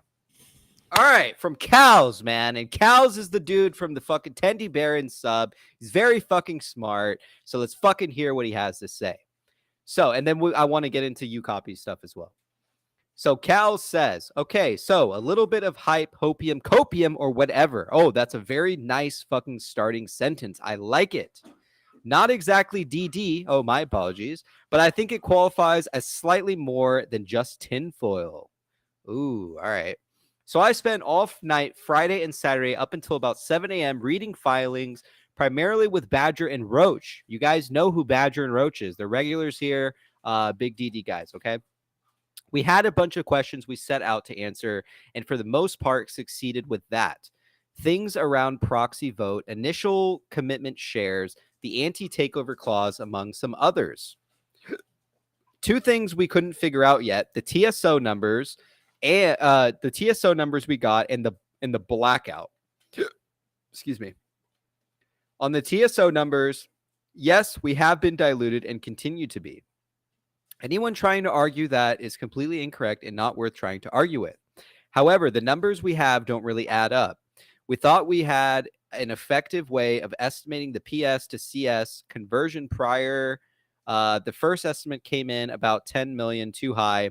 And our estimate for the record date was 448 million. TSO, in parentheses, the number we got officially was 428 million. Pretty close, right? We thought so too, until Bed Bath said they are still holding 139,930,168 reserved for further PS conversion. Interesting. PS conversion. How the math can be that skewed, but we still got so close, we don't know yet. What have we missed? Despite Bed Bath agreeing with HBC in the latest 8K, a swap for 10 plus 5 million commons for the remaining PS warrants, someone is still holding a good chunk of PS.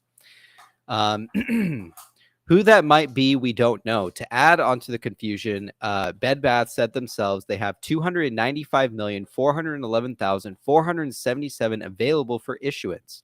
So roughly 428 million outstanding, 139 million for remaining PS, 95 million for the CSWs, and a 295 available issuance takes us over the 900 million, in parentheses 957 alone. This is still not including the 2.5 million VWAP for initial commitment shares, 0.25% of 1 billion for the private B. Riley principal offering. It doesn't add up and still requires some attention. The math stuff is boring and is getting plenty of attention attendees currently anyway. If I or anyone else work it out, I'll share. Or if anyone here enjoys doing math, please feel free to contribute. On to the other slightly more exciting thing, the blackout. I've never even heard of this before, so this is new to me as well. Inside the latest 8K, as part of the amended terms with JP Morgan and the gang, Bed Bath have been set out 13 minimum equity proceeds. Hold on. Inside the latest 8K, as part of the amended terms from JP Morgan and the gang, Bed Bath have been set out 13 minimum equity proceeds periods starting 29th of March and ending on the 27th of June. 13 calendar weeks in which they must raise X amount of dollars, in parentheses, from the ATM or the private offering, or JPM pulls the plug. Sounds straightforward enough. Below is that table. So let me actually share my screen so you guys can see this.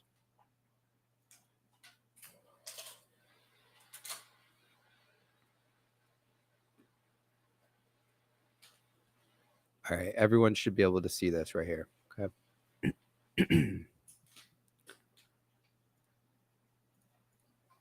All right. We'll just go ahead and read it out right here so we have it on screen. Okay, notice anything odd about it? Why does the equity raise essentially halt for 3 weeks in May? Seems a little strange.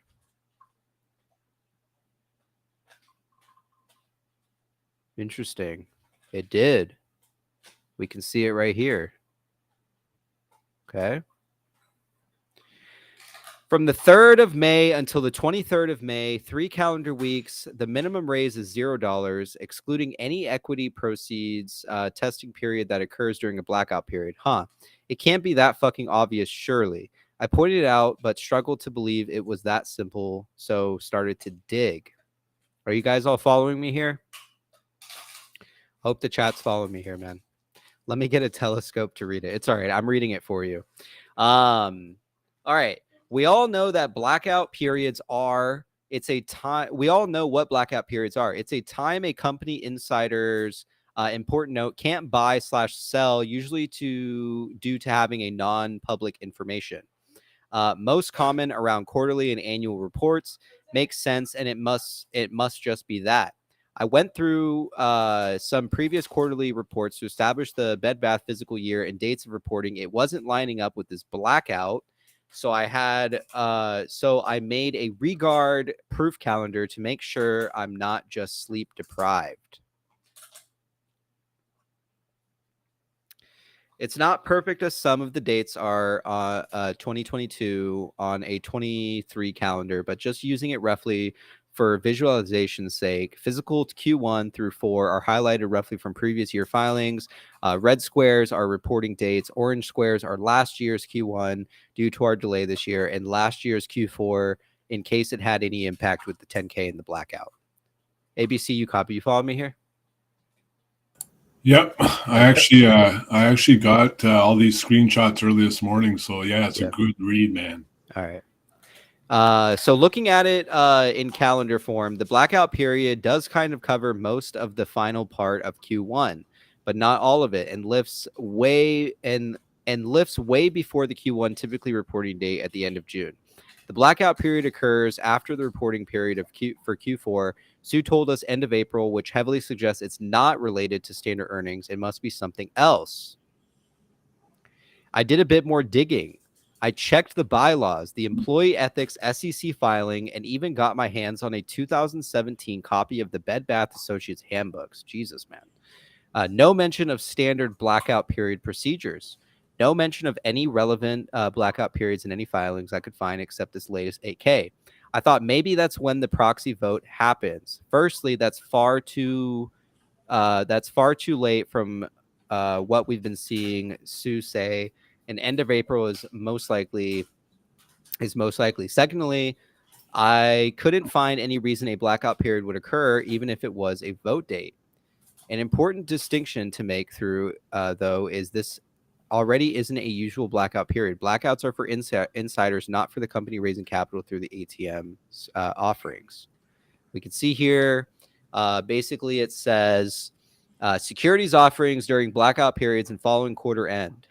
Many companies voluntarily impose a blackout period beginning around the time a quarter ends and continuing through the quarter's earnings announcements or subsequent 10Q or 10K filing. Oh, that's very interesting. Although the company's directors and officers are therefore barred by company policy from trading during this period, it may nevertheless be possible for the company or its major stockholders to complete a securities offering on a public or private basis. The existence of a company imposing blackout period does not, as a legal matter, prevent the company or a major stockholder from selling securities as long as the company is able to meet its duty of disclosure. No, it's not 2003. Like ABC's chart. Yeah. A quick cut from a Harvard Law School post suggests that even when a blackout period occurs, it does not stop the company from selling securities on a private basis. So the question remains, why would JPM be okay with funding stopping from both offerings for 3 weeks? So what else could it be? For example, a company, we already read this. Other events that can trigger a blackout period, mergers and acquisitions, the imminent release of a new product, or even a release of an initial public offering, IPO. In each case, insider knowledge would give an unfair advantage to the employee. Interesting. Is it really that simple? I hate dates, and they are always wrong. But in the date, or at least the 3-week window, actually staring us in the face. Perhaps JPM are okay with the 3 weeks because they know the method of funding currently is dilutive in nature. And for an M&A, carve-out, spin-off, IPO, whatever it may be, keeping the TSO unchanged during that period is important. Let's add some context. Bed Bath seemingly closed the warrant deal on their own terms. Why would a company cut off its own lifeline? Perhaps it was ready for something else. I think the clues here are Bed Bath gifting HBC 10 million plus 5 million commons in exchange for the completely free warrants. If HBC turned to a desperate Bed Bath and said, "Fuck you, we're out," you think Bed Bath would give them a little golden handshake for pleasure? I don't. Interesting. Bed Bath has an offering, have an offering for 300 million ATM to keep the lights on, and a 1 billion committed equity facility with a newish affiliate subsidiary of B. Riley. Why would B. Riley open up a 1 billion facility for a penny stock? I've been asking the same fucking questions, man, and nobody wants to answer them. They're a facility worth 4 to 5x its market cap. There is barely anything left to profit from its demise, and certainly not 1 billion worth. Bonus actual tinfoil. The B. Riley principal capital was incorporated the same day RC tweeted. I think it's purely coincidence, but a fun note to add. Was incorporated the same day RC tweeted this. Let's see. Work is sexy. All right. Interesting.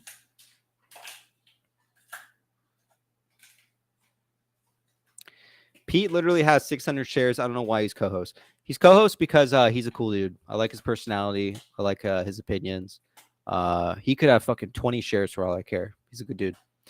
The RS vote changing from 5 to 10 to 10 to 20, about 15 minutes before that drop, we saw some decent volume and price moving upwards. And even after we held most of the AH gains, I think someone smarter than us saw it early and took something positive away. Changing of the preliminary resets the countdown before they can have a vote. Excuse me. Why would they do that? At 10 to 1, RS would have been plenty to free up a huge chunk of authorized shares if they really needed the cash from continuing to dilute. They could have just pushed this through soon and had another vote later for another one. Perhaps the change in RS to 10 to 20 one is to ensure they hit a specific price target for some sort of deal they have cooking. Perhaps the continued delay of definitive proxy materials is on purpose. and we are yet to see some additional subjects to vote on. I don't pretend to know all the answers, and as you can see, many of the things we found so far only really lead to more questions. There's no real summary here, just me sharing what I found and what I've been working closely with some of the Tendy Town guys on. As always, not financial, my man, with an ABC emoji right there, if you can't see it. Let's just call these guys some cucks. And let's move on. Oh, there's cows. All right. Interesting shit, man. Very, very, very interesting shit. Very long read and very interesting nonetheless. I have the same question, cows. I have the same goddamn fucking questions as you, my friend. I also agree something doesn't smell right. Something's not adding up. So, with that being said, ABC, you copy, let's hear your opinions, and then you copy, I'd love to get into that, DD, man. ABC? Oh, you're muted, bro. Mute. Mike. I got pizza in my mouth. You go first, you copy. All right, let's hear it.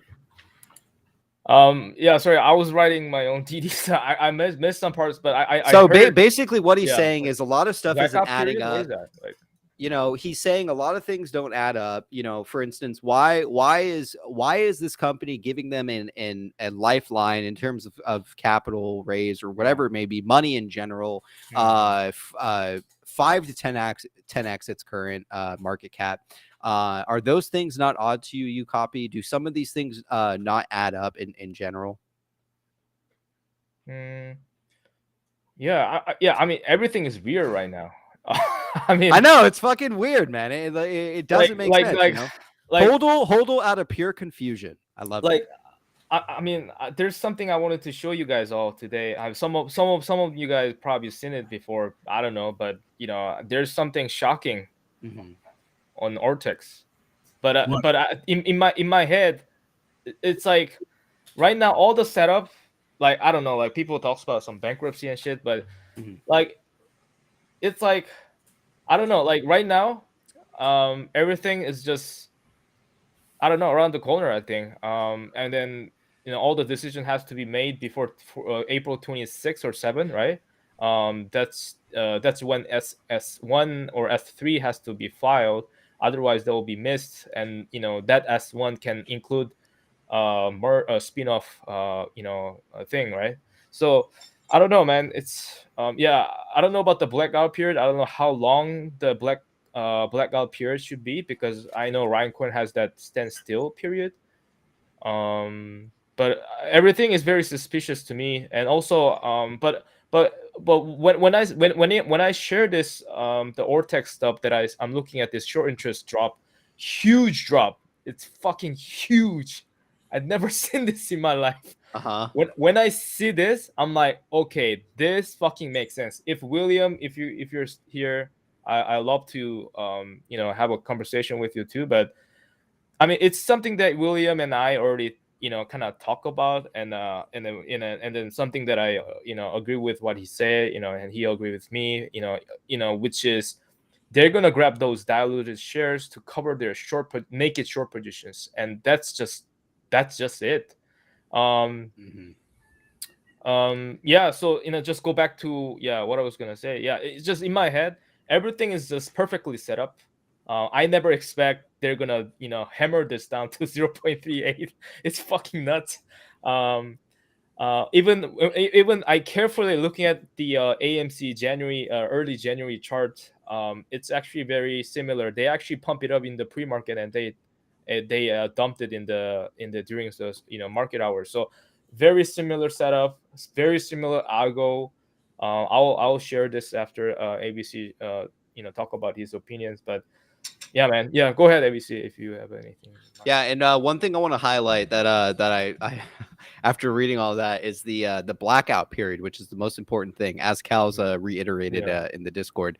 That's something that you guys need to be honing in on. ABC, what do you think, man? So, I mean, it's a wild ride for sure.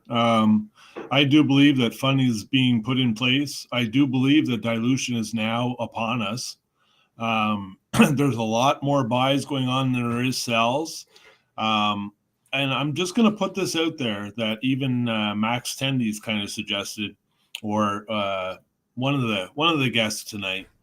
What if, based on the political side of things, from the SEC to the FTC and those that run it, and the deregulation that's gone on, what if they did conditionally approve this merger acquisition to take place, but they kind of made a deal? Listen, our entire country, our entire institution cannot afford another squeeze like that.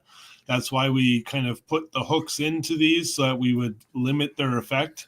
And what if, you start to dilute now, and that's what the Hudson Bay, or I'm just saying, maybe there is a cooperative agreement in order to dilute, in a sense, avoid a potential squeeze. You were saying you saw something on Ortex that blows your mind. I'd like for you to share that with us. What'd you say? I also been waiting all night to hear that. Yeah. Okay. So you guys ready? Shit. Don't be shocked. Uh-oh. Yeah. Hold your breath. Yeah. Hold your heart. You might explode. I'm gonna guess. I bet you half the FTDs have been wiped. All right, let's see. Okay, there you go. Boom, right there. Hold on. Where? What am I looking at? Just 1 second. Look at the yellow line here. I'm gonna just zoom in here so that everyone can see. Have a close look at. Look at this line. This is short interest, guys. Do you see the drop? No fucking way. That's possible. Yeah. But here's the thing, guys. So here's what. How's the SI? How did the SI tank like that? But here's my thing. Like this. Like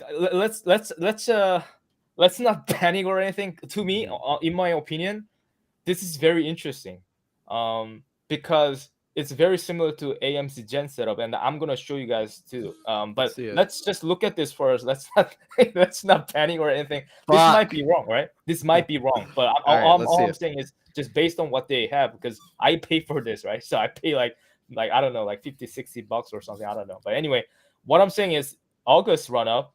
We see short interest rise and short interest drop, but as you guys know, there was no such thing as share offering or dilution in August, right? But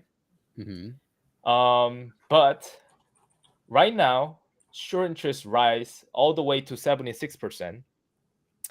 And we remember PP. We talk about the there was like high volume of dark pool trading and all this like off exchange rate. You remember that? Yes. Yeah, 2 weeks ago. Remember that? That's when we start to I started talking about like, hey, short interest dropping, like they're covering right now, right? So we talk about that, and then we had some. There was a bit of a rise. So what you think that they're covering and then they're reshorting, which means that's why they're not coming off a reg show? What do you think? Because if they're covering, they wouldn't be on reg show, right? So basically, I think they grab all those diluted shares. I think maybe it goes to the short sales. I mean, I don't know if this is gonna be adjusted or if this is correct. I don't know. This just come out last Friday, right? So all I'm saying is, if this is correct, I'm gonna show you guys AMC now, because it's very similar. As you guys know, I showed you guys before, so I'm not gonna share this again. But AMC diluted their shares in November in 2020 and December. And look at the short interest, guys. It's very similar move. It went up to almost 69%, and then it suddenly dropped after the dilution. The filing after November, December, and there was a huge drop. So from 79% to what 26%. So that's about what, like almost like 40% drop all of a sudden. But that happened. Look at this date. I mean, look at this date, January 4th. So that's very similar to where we at, So we are what? We are in April 3rd. Yeah, these are January 4th, and that's the sort of like the short interest bottom in around January, right? So I feel like I don't know, William, if you're listening, but I don't know if you agree with me, but this is what I'm looking at, guys. You know, they dilute shares. You know, William also talks about like, you know, this is all purpose. Everything is just on purpose. It was purposely made. Everything is very sophisticated. It's like everything is just, yeah, like to me, everything is so tactical. Like everything is just so well played out that it's just like, okay, like I think in my opinion, they have so much naked short position. I don't know how much, but they have so much naked position. Then they're like, okay, like we need fucking shares. Everyone is holding, like institutions are holding. There's more retail buying from all the places. Like we need shares. We can do this. So, you know, and okay, you know, and then I think that's what, like, maybe like there's some deal going on. I don't know. But anyway, they need cash. They need turnaround. And then they smash the fucking, like, so after dilution, you know, AMC, take a look at the AMC chart. I'm actually working on this right now. But I'm comparing to AMC and also Hertz too, but I don't think it's not necessary to share that because Hertz is very different position. They actually went bankrupt and they relisted their stock, and then after that there's a squeeze happened. But anyway, I took a look at it. I don't think it's really relevant to BBY, you know, the situation right now, so I'm gonna pass it. But let's look at the BBY. So in terms of the dilution situation, it's very similar, guys. So AMC, they dilute their shares in November, or like somewhere in November here, I think, and December here. Yeah, December 14th, somewhere here. So like there's a huge drop, massive drop, right? Right. I think that's where we at, man. I think we have some offerings in some sort of like what do you call that, warrant offering, and you know, yeah, there's huge. And you know what happened to a lot of AMC? people say also Ortex lies, so I don't know, man. Like I know that's the thing. So could be true. Yeah, could be so I know. Yeah, I know. Ortex, right. like that's what I'm saying. It might be wrong. I mean, it might be. Yeah, I mean, like I'm just saying that, you know, based on what he says, it might be completely wrong. But based on what AMC you know, did before with the dilution and the short interest drop, you know, short sellers, you know, take that diluted shares to cover their short position at the end of the January 2021. So when we look at that logically, in that sense, it's very possible that BBY is in the same situation where that short seller grabbed those dilute shares and hey, okay, you know. We have a guy I think that wants to comment on this. His name's Nicholas Maduro. Let's go ahead and bring him in. Chat, welcome Maduro, man. What's up, dude? Thanks for stuttering through my fucking name. That was great. Thank you. Hey, good to see you, man. Good to see you too. Thankfully, you copy has shut the fuck up now, so that was good. Thought that was never going to stop. So let's hear it, man. What's your opinion on what's going on and just in general with the company? I mean, what are your thoughts, man? And you're also the one that wrote some of that Cal DD, is that right? Yeah, I wrote all of it. If you just have questions. Okay. I mean, tell us a little bit more about the blackout period, man. Tell us a little bit more about, you know, what you guys are collectively thinking, you know, while you were writing that and deciphering it a little bit. What do you think? Blackout periods is what happens when the UK gets its internet cut off. So me and Cal's are off the internet, so that's fucked. So no, like you know what I fucking mean, man. Are you just fucking being a troll or what? I'm always being a troll. How was April Fools? All right. Like real shit. Tell us a little bit about the DD. Real shit. Tell us your thought. It's mostly triangles. A lot of triangles actually. Some Asian triangles, and that's about it. All right, and tell us what some advice you give to you copying his triangles. Delete his Twitter. Step away from the internet. Stop calling people. Oh man. All right, you heard it you heard it from Maduro, man. He's not a fan hater here, man. He's not a fan of you copy. All right, thank you, man. You know, I got a lot of hater from my YouTube too. So thanks for being my hater. God damn. No problem. Delete the YouTube as well. Forgot about that. You can come to my place and you can delete it for yourself, man. Yeah, we'll take the computer. Oh man, you copy. You got a hater, man. Yeah, thanks, man. Yeah, I got a lot of haters, so I don't give a shit, man. So you know, I do my thing. You know, you don't like my stuff. Yeah, man. Do your thing, man. Do your own DD. You don't like my DD? Sure. You know, I'm the only one here doing fucking I'm not here to DD. satisfy I'm everyone. literally the only cunt here doing DD. What the fuck are you all about? Are you pull up the chart? Pull up the chart. Are you? All right, you want to pull up the chart or you copy? Why don't you show? Pull up the fucking chart. All right, you do TA. I'll do better TA. Pull up the chart. I mean, you pull up the chart. Why should I pull up the chart? You know, you pull up the chart. I'm not at a computer. Pull up the fucking chart. Well, what do you want to say, right? Go to the 21st of February. Let's see it. Let's see it. You All copy. right. Let's see what he has to say. Maybe he shortened the company. Are you fucking buying puts? You fucking troll. I only buy shares, motherfucker. I'm not a degenerate like you. All right. All right, where do you want me to look at? All right, let's see, Maduro. What you got? Yo, you see that triangle right there? 21st of February. Are you talking about AMC or BBY? What fucking show is this? I'm not talking about AMC. Oh my fucking god. Okay. Are you on Bed Bath right now? Yep. All right. 21st of Feb. 21st of BBBY. Feb. Let's take a look.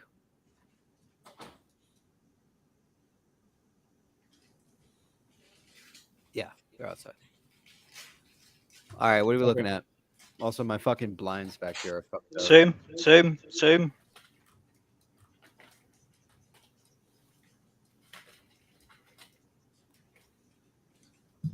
some more. Zoom in. Right there. Zoom. What are we looking at? What are you looking at, man?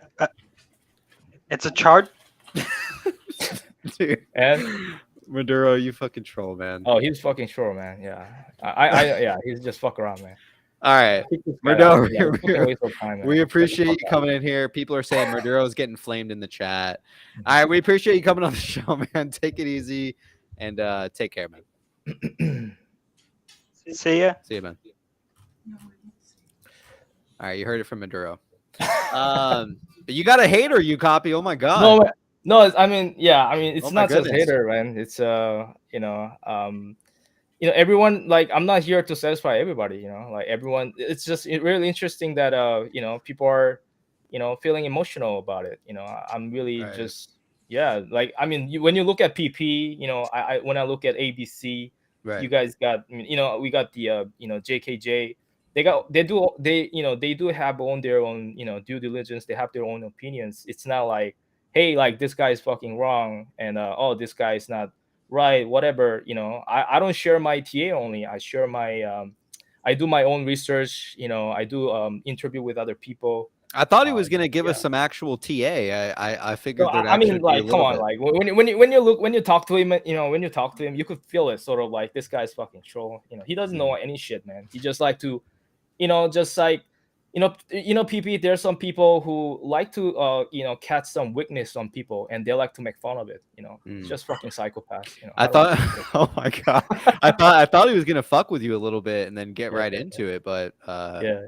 No, I mean, I dealt with a lot of people too, right? So I work in an industry where I met a lot of different international people, Sure. and there are people like who like to fuck around. I mean, if that's what they do, they like to waste fucking time. I don't. So give a shit, man. let's get back into this Ortex stuff. So Yeah, what exactly are we focusing in on Ortex? You copy?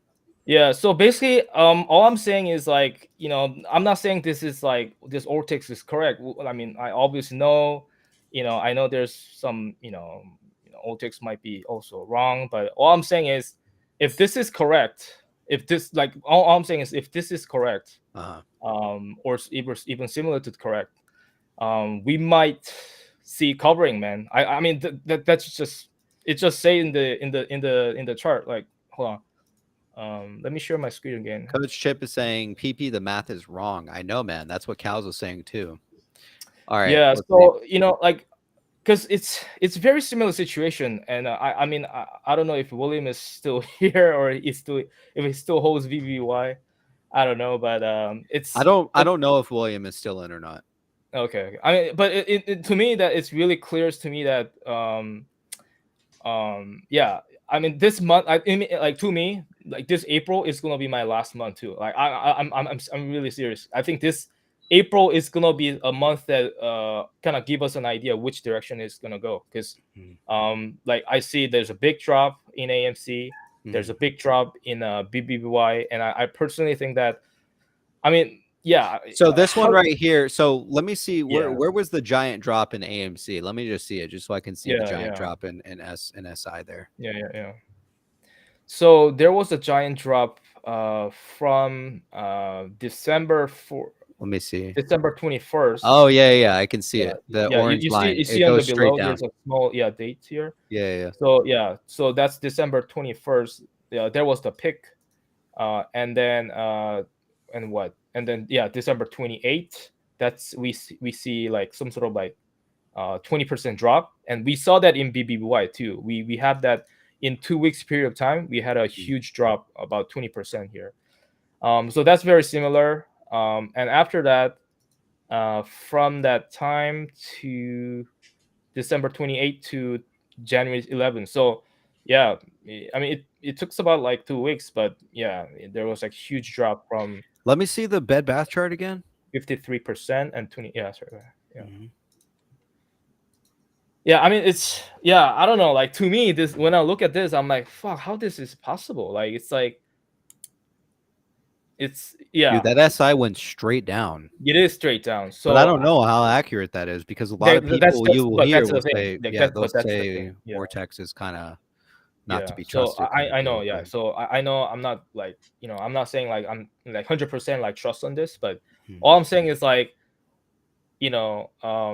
like I don't know, like I think dilution is there. They're trying to like raise their cash, and short sellers, they need shares. They did a lot of naked shorts. Remember Michael Burry mentioned that in 2020 GameStop tweet, he's like, hey, I try to like I try to like get my shares back, but it took like weeks to find my shares. Those brokers weeks to find my shares, and he kind of hashtag like naked shorts. And I do see that that's what's happening here. A lot of, I don't know how much naked shorts out there, but I think there is like naked shorts out there. And they just do locate their shares to cover. And I think I don't know. In my opinion, if this is the same setup as AMC in early gen, I do think this is the like the last time we see this much drop, and we start to see covering, because if we don't see covering by end of this month, I don't know what to say. Seriously. Yeah, I mean, like here's the deal, like is we although we know that the stock has been diluted to some extent, right? We do not know. We already knew, because we saw the preferred being changed to commons, right? We already knew that was already expected. It was already, we know it. But the fact is that we don't know who's holding the commons, right? We have no idea who's investing in this play, who with this HBC, the B Riley's, all the shit. I mean, if the company's going to zero, the company is fucked. Why the fuck would B Riley's even be involved in this shit to begin with, exactly. right? It really makes no sense to me. So I mean, I find it really hard to believe. French toast, man. You're gonna have to go in timeout. Maybe one day. All right, we got a guy, money signs. Let's see what he has to say real quick. What the fuck, PP? Read the fucking chat. Am I not fucking reading it, dude? It's going to sometimes 1,000,000 miles a fucking second, my man. Hang on one second. We got a guy with money signs in the backstage. What's up, dude? Hello. What's going on? Hey, yo. I just want to say, man, today everybody's being ruthless. I don't know what's going on. The way that dude attacked you, copy that should have happened. That's really fucked up. We're all here to make money. That's all we're here for. I know there's a lot of connections about today, about April 3rd and all that shit. I know dumbasses out there threw us some calls. I like calls, but to throw it on a tweet of last year, I'm sorry. I don't know. Anyway, like I said, everybody seems to be divided today. I understand why. We got naked shorted the fuck out of it. But it doesn't mean we turn on each other. So I don't know what's going on with everybody today. You're in or you're out. Right. That's really just it after that. If you didn't buy no more shares today or calls, don't buy anything. If you want to sell, fucking sell. but to attack each other, that's fucked up. I mean, man, seriously, like, I think I know who this guy is. There's a guy who, there's a couple guys. There's not many actually. I mean, yeah, I think he's like a cauliflower guy. He was kind of like, keep, talking, back to me. I know who you are, man. But I don't give a shit personally. Like I run my own YouTube. There's a lot of, people like this. Very common. I see it's it's a common thing. There's a lot of people who don't like me. They just attack. That's just simple. That is like I mean, it's just really a waste of their fucking energy, man. And then look at. I mean, I'm pretty sure their life is miserable too. So don't let that shit bother you. You copy. No, guy came in here probably fucking with you. I don't. I'm saying that like this happened a lot of times because I have my own YouTube channel PP, right? Like I got like 4,000 subscribers, right? So like this happened a lot. I went through bear market, guys. This happened a lot. So but all I'm saying is like I met like same type of people like this where this guy's from. I don't give a shit, but there's people are people. They're emotional. Like people. It's going down. When I talk stuff like, oh, I don't like this guy, blah blah blah. It's all same shit. So.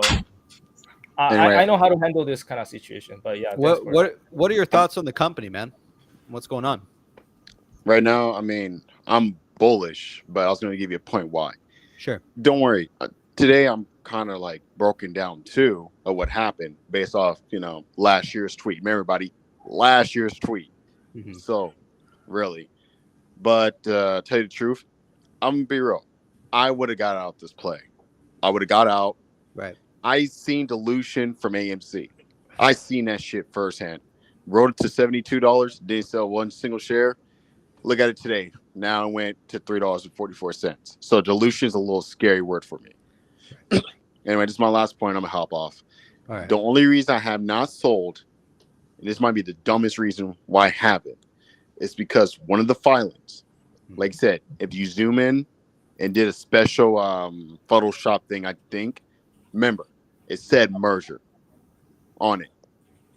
They released that, like I said, so the algos could push it down and all that stuff. But remember, it said merger. Very small font. I don't know any fucking company that would do shit. I don't give a fuck if Ryan Cohen's not in a way. Don't care about Car Icon. To be real, I want to be in. I would love to be in, but let's just say they're not in. Okay, cool. Well, name me one fucking company that's put merger, made it night and day for us to give you the biggest hit ever. If it wasn't for that filing, I would have got the fuck out. They're gonna short this shit to get all you fucking paper hands. No offense, not gonna spread. You ain't talking to a paper hand here, my man, and all stuff. But look at Pete the Shill. Not trying to attack him, but look at Pete the Shill. Yeah, he hopped on for 10 minutes. I don't know what I'm doing.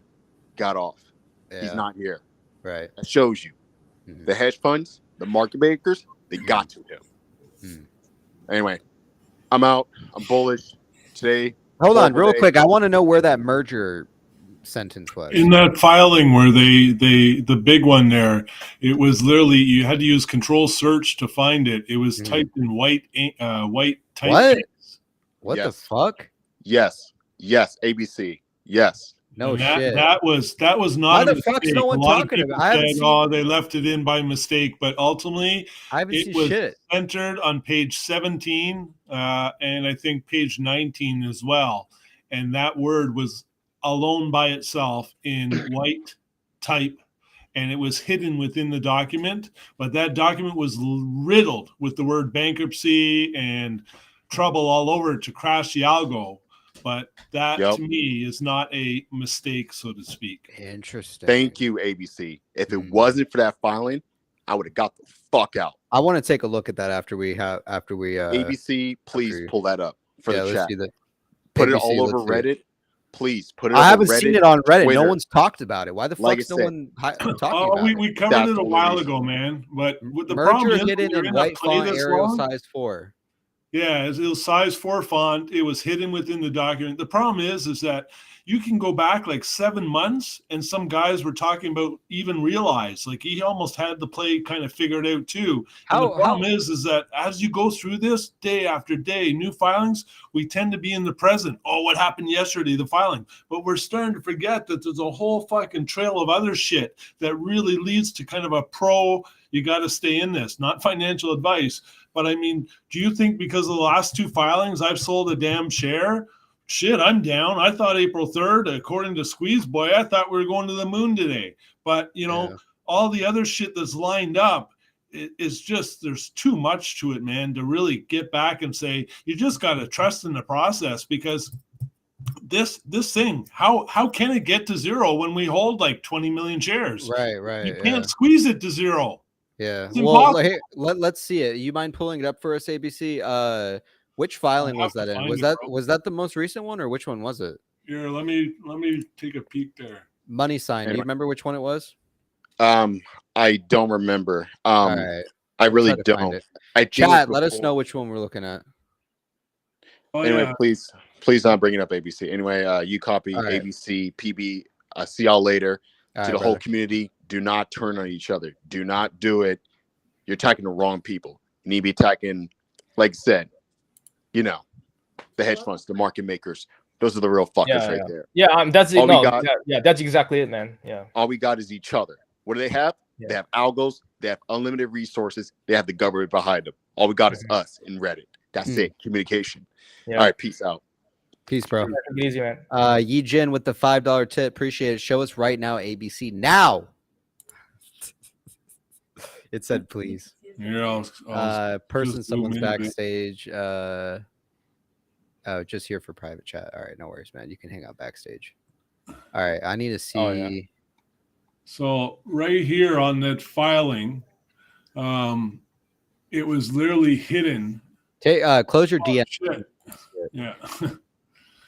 So right in the filing, in 1 size 1 white font, was the word merger. And this has been out for what, 2 months ago? I must have missed this, man. From October. You can literally go to the 10Q, click the link, search for the word merger, and then open it up, and you'll be able to find it within the text. But also, if you use Control F, you know how it yellow highlights? Yeah. That brings it up too. People say can't see shit. Yeah, it's really small text, man. I couldn't even really see it either. Also, yeah, it's white text. You won't even see it. That's very interesting. PP, it was in early January. Holy fuck. Okay. Interesting stuff. It's on page 16 of the footer. I need to use the bathroom. There was one thing that I was gonna fucking highlight. What is it? This is old tinfoil. Yeah, I must have missed it, man, at some point. Are they legally allowed to put white print in filings? I don't know, because technically, like, they technically cannot, right? The words fundamental transaction mean just as much as the hidden merger, and they aren't hidden. Was actually standard NDA language. Interesting. PP, could they have done it to mess with algos, like people hide words in resumes? I don't know. That's a good question. Wash your fucking hands this time. All right. I'm going to go use the bathroom real quick. You guys discuss. I'll be right back. Yeah, sure. Go ahead. Anyways, it's in there. I saw it a couple months ago, and you know, I completely forget about it, along with a lot of other things that we kind of come across. There are so many filings, right? In the past few months. Here's the thing, you copy. I mean, we're at a point now where I'll be quite honest, it's one side's going to go bankrupt or the other side's going bankrupt. And when you get to this level of chess, I'll be quite honest, for RB Riley to sign on, for Hudson Bay to sign on, for JP Morgan to renegotiate the ABL, for them to pass some of the negative covenants regarding Restore, which is really another LLC that's, I believe, is going to be part of one of these parties for this reverse triangle merger, for all this to be on the sidelines with the Teddy trademarks being activated. There's just way too much for this to say, hey, it's going bankrupt by April 26th. I mean, for me, I'm in deep. I'm going to do nothing but hold, obviously. That's not financial advice for anybody else. You know, if you can get out at 40 cents and you need your money and you can't risk it, I encourage you to cash out paper hands and, you know, we'll move on. But this is one of the toughest things I think anybody has to go through. You know, there's pain before pleasure. And what a friggin' ride.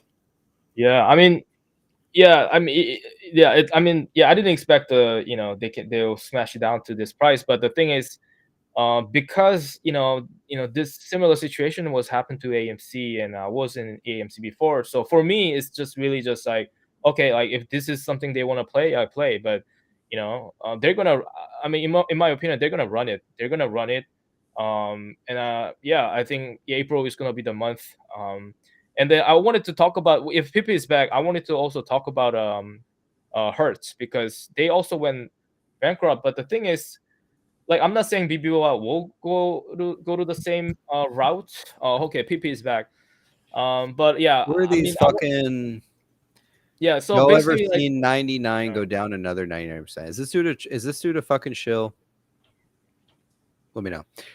What's up? You copy? yeah, Sorry. so yeah, like we're just talking about this right now, and I wanted to quickly just throw this out now. So today, one of my subscribers mentioned about the Hertz, which is another stock that got heavily shorted. Yeah, and then squeezed. Yeah, and then squeezed, right? So hold on just 1 second. April showers bring May flowers. Can you approve my screen? Yeah. Yeah. Okay. Cool. So basically, I took a look at what happened. So so they, yeah. So you know, people might wonder if this stock will go up to $20 or $40, but you know, this thing happened, man. So I'll just show you guys here. So I took a, so I was in this play, but I did some research, and and what happened was they went bankrupt. Right, but they had a bankrupt squeeze. Yeah, yeah, right. But the thing is, they went bankrupt in May, actually, I think, and then they released their stock around November. So I think it might, and also they did a share offering somewhere here, I think. Oh, here, sorry, yeah, somewhere in October or here. So anyway, so I try to look at this and be like, okay, but let's look at the price here. So sure. So I don't know how much short interest back then, but it was down below $1 actually. What did it squeeze to? Yeah, so it squeezed up to $45. Wait, so they announced bankruptcy and then the stock squeezed from 70 cents to $45? Yeah, so they filed for bankruptcy, Pete. They for a PP. They literally went into receivership and had to straighten out their affairs. So this is did shareholders get liquidated before they cashed in on that, or what? It got put into Q. Didn't it have Q at the end of their ticker after, and then it was tickered. Someone in the chat, did anyone ride this shit? How the fuck do you ride it from 80 cents to $45? I want to ride that ride. Hertz went bankrupt. Somebody mentioned that Hertz went bankrupt because of the madness of second-hand car market. Inventory actually worth more than expected. I mean, if anyone, know what happened to Hertz, it will be great to. Here's my issue, though. Someone tell me. Yes, Hertz did, but it was also because they had tons of used cars on the books. New cars were not being produced because of COVID. Then it squeezed. Yeah, my issue, guys, is that you can look at Redbook, you can look at Hertz, you can look at all these other stocks, and there's usually some clues in them for sure, but BBBY is so different, from the Hudson Bay deal to the ATM offering to who's on the board to the people at play to the tweets to all the shit. It's so hard to kind of take something from the past and go, hey, it might go this way or this way based on, I guess the best way to explain it for me is, you have a situation where you're trying to identify what's about to happen. You can go look at old cases, but it doesn't, I don't know. This is such a unique situation that it's so hard to really compare to anything. The FTDs the short interest is different. the daily volume's different, the market cap's different, Right. everything's different, and that's why I have a real tough time trying to. And I love TA, buddy. I tell you something, but I get more into the MAC and the RSI and the FINRA reports and seeing when things kind of trip off individually in that cyclic stays. And you showed me, my man, that every 150 days, it kind of literally proves that every 4 to 6 months, these derivative contracts have to get put back in and rebought in the market. And that's why you see these little mini squeezes going on. So that's why I love TA, but I have a real tough time comparing it to old examples because no stock I've ever seen has been in a position like BBBY is right now. Yeah, someone said Hertz reached a deal with a couple private equity firms to take it out of bankruptcy. That deal is a stunning victory for shareholders. It values the company at about $7 billion. Holy fuck, man. Could you imagine like a fucking 80 cents to 45? Wow. Yeah, but I also researched. I also found that Call Icon was involved, but he took a loss with Revlon, right? Or he was involved in Hertz? Hertz. I think it was Hertz. Oh, too. was he? He lost $2 billion, I think. Oh wow. Yeah.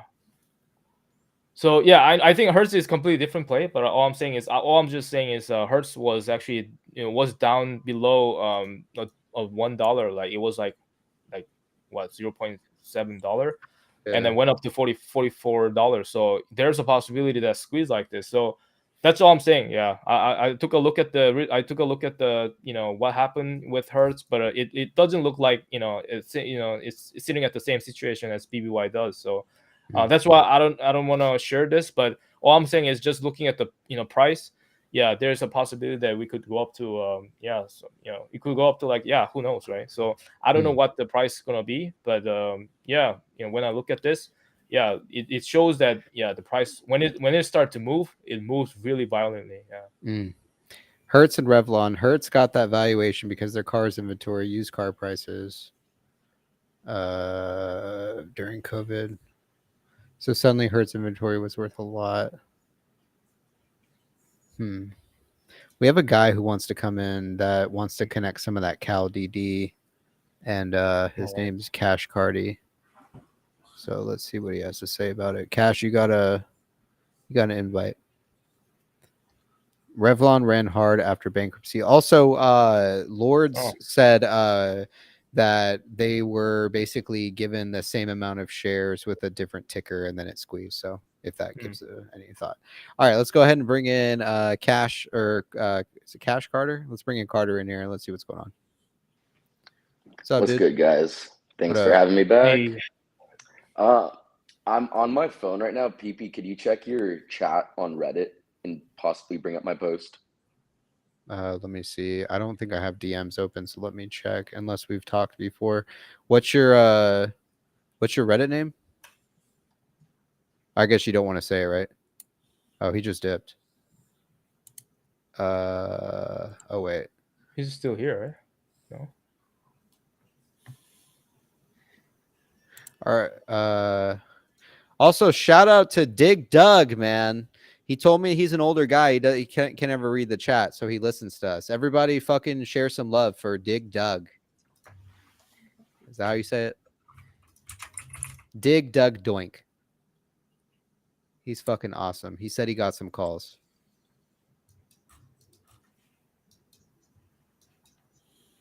Let's hear it, man. I want you to come in. All right. Hold on. Carter, let's bring it back in. Hey, my DMs are off. Do you want to say your Reddit name or no? Carter? Oh, you're muted, dude.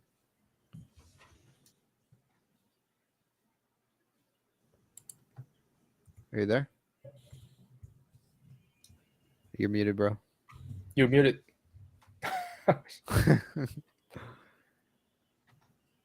Everyone in the chat, give some love to Dig Doug, man. He fucks. What's up? We can't hear you. I think you need to go into your cog on the restream and change your audio, because maybe you changed your audio on accident. Make sure you're not muted, obviously. All right, you good? Yeah, I'm good. My right, AirPods disconnected, but okay. It's not really a big deal, honestly. Everyone's saying love you, Doug. You hear that, Doug? All right. Dig Dug. All right, what's up? Yeah, my user is fucking Carter. I sent the chat to you. It should have went through.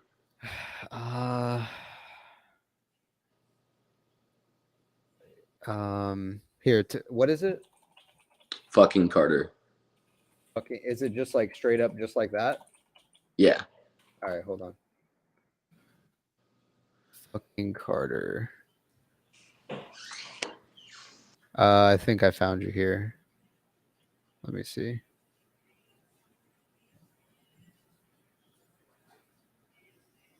Okay, yeah, you just sent it to me, right? Yeah, exactly. Where it says everybody talking about voting yes or no on the RS. Yeah, exactly. That and how it, all right. Yeah, so if you want to pull that up real quick. All right, I'm pulling up right now. All right, Carter's going to explain a little bit of this, why it connects with what we were talking about with the cows DD, okay?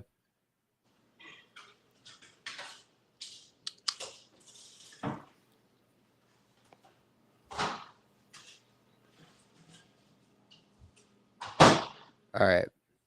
Walk us through this. Yeah, you can start from the top. All right. You want me to read it to everybody? And then Yeah, you can you explain can go it? ahead. All right. So this says everybody talking about voting yes or no on the RS, not realizing that it could possibly be canceled. I actually read this at some point. I didn't know you wrote this. Newell Brands shares outstanding 417 million. Bed Bath & Beyond shares outstanding 428.1 million. Public float 416.05 million. It is interesting to see Newell update their ABL with JP Morgan with 1.5 billion today, while mentioning acquisition 13 times in the 8K. Bed Bath also just recently became in good standing with their ABL provider, also through JP Morgan. It is also quite interesting that Bed Bath shares outstanding and public flow are nearly identical to Newell's as of yesterday's filing. Now, I will be voting yes on a vote to perform a reverse split, but what if an announcement of a takeover by Newell brought the price much higher than the $4 target to spin the baby to Ryan Cohen? And what if the change in parameters of the RS today was just for legality reasons and not to tip their hat? As the price is awfully close to under $4 on a 1-to-10 reverse split, further exacerbating the ultimate bear trap. I'd love to see some discussion on this. Enjoy your weekend. All right, tell us what you're thinking. So it was really interesting when Cal said that also that filing kind of reset the timer on it as well. Mm-hmm. And the way Right. that I see everything, like obviously since from January 2021 to today, these algorithms see they read these words from these filings and immediately are able to promote price action, right? So the way I look at it is Caston, along with the rest of the board and whoever else is involved, or the icons, RC, Larry, etc. I think that they are able to bring the price down as low as possible, which it does sound extremely sketchy to us as investors. But like this has become less of a bear trap and more of a death trap in the sense. They know that algorithms are going to want to go pin the price down to less than 20 cents a share, because that would negate a 1-to-20 reverse split from getting the stock price above $4 in order for a spinoff to happen. So the algos are going to overdrive, and no matter what people say about the dilution so far to 428 million shares outstanding, if you looked at the inflows today, for example, on Fidelity, it was 90.25 buy, 9.75% sell. Any dilution that's gone on or will go on is pretty much negated by how cheaply people are buying these shares right now. On top of the shorts now have to open new synthetics at these extremely low prices, which any price discovery from, say, an announcement would put shorts immediately underwater, like very quickly. So another thing is we have a deadline of 4/26. Now, what was interesting to me with Revlon and Carl, Revlon had until November 16th of 2020 to figure out their deal, or else it'd be bankruptcy. Then Carl came to the table on November 11th with a mixed deal. Wait, how close were they? They were how close to going bankrupt? November before 11th? Yeah, November 16th was the deadline. And he comes on 5 days before. 5 days before. Holy Exactly. shit! Yeah. Holy shit. Okay. Yeah. Right. With equity and bonds, okay, of course, involved There'll be too. So with be the whole Newell stuff, and have you guys heard of SMR, simplified merger ratio, or tell me about it. Exchange ratio? It's basically, in short, it's basically how shares would get paid out of it from a target and an acquirer. And with the exchange ratio, you could pull up like a definition on Investopedia if you'd like, so that everyone can see it kind of neatly as well. But it makes it a lot simpler for a deal to be made, especially a takeover if Newell is the acquirer. It's just way too coincidental that the difference in outstanding shares is roughly around 11 million shares right now, you know? And with Brett, like they're outstanding so close. Like, what the fuck? Exactly. So weird. Brett, the 30 days for Brett leaving Newell, 30 days is up on April 12th, too. You're muted, AC. Oh, it is also April 12th, huh? 30 days from Brett dropping down from Newell. So it seems to me like, and I don't know if they can get too close to the 426 day. I feel like a reverse split could be a bluff to have these algos going to double, triple overtime while the dilution is paced out by people buying right now. It's just, there's no way it's not. Look at the inflows on each broker, right? So to me, it seems like something has to be announced very soon in these next couple weeks, and that any natural, something like Brett Icahn joining the board while Newell is also the takeover party, that's something that a positive price action to actually kickstart this squeeze. Yeah. So you also think that Brett Icahn might join the board as a board member, right? Exactly. I mean, there's a vacant spot, and he dropped down from Newell. So I don't think he would have dropped down from Newell if he didn't plan to join the Bed Bath board during at least them coming back to like profitability. Well, let me ask you this. Let me ask you this about Brett, right? Because I've been thinking about the Brett thing for a while too, right? So Brett leaves Newell, and then he joins. Let's say he joins Bed Bath. How is there not a conflict of interest where he would have Newell overpay for Bed Bath in that sense by being on? I guess there isn't, right? Because he came from Newell. Because like, you know, you typically hear of like a sense like, you know, where you don't want like a, you know, you don't want any kind of insider type of, oh, they overpaid for this company, they paid a higher premium due to this. I mean, what are your thoughts on that? I think that he had to sell at the very least 50% of his stake in order for there to be no conflict of interest. If you go look, the CFO bought shares last month. So why is Brett Icahn selling shares? Yeah, it's so weird. ABC, what do you think about it? Well, I agree with Carter. Think about it this way. The outstanding shares of Newell are very close to the outstanding shares of BBY. If there is going to be a spinoff that really help, or an acquisition, it really helps in terms of math and paperwork and so on. And then think about it. It's not ICANN that stepped down from Newell, right? It's Brett. And we know ICANN's pretty old. So, I mean, imagine Brett coming in, taking over BBY, making that announcement, getting a possible squeeze. Let's say ICANN and his son announced that, you know, they've kind of acquired BBY.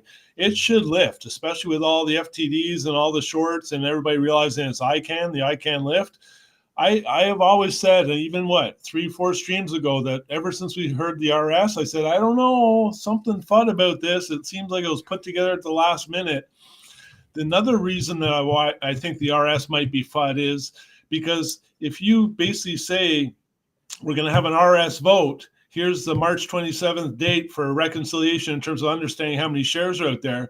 Once you have that math, that is almost where my brain says now they're trying to establish how many shares are out there, how many do we need in order to sell and create in order to have proper voting power. So maybe the 300 million, this cash raise, is really about kind of getting some voting power for some future decisions to be made. And then the billion, I think, has already been taken care of through Newell. You know, I think we're going to see Brett at the helm.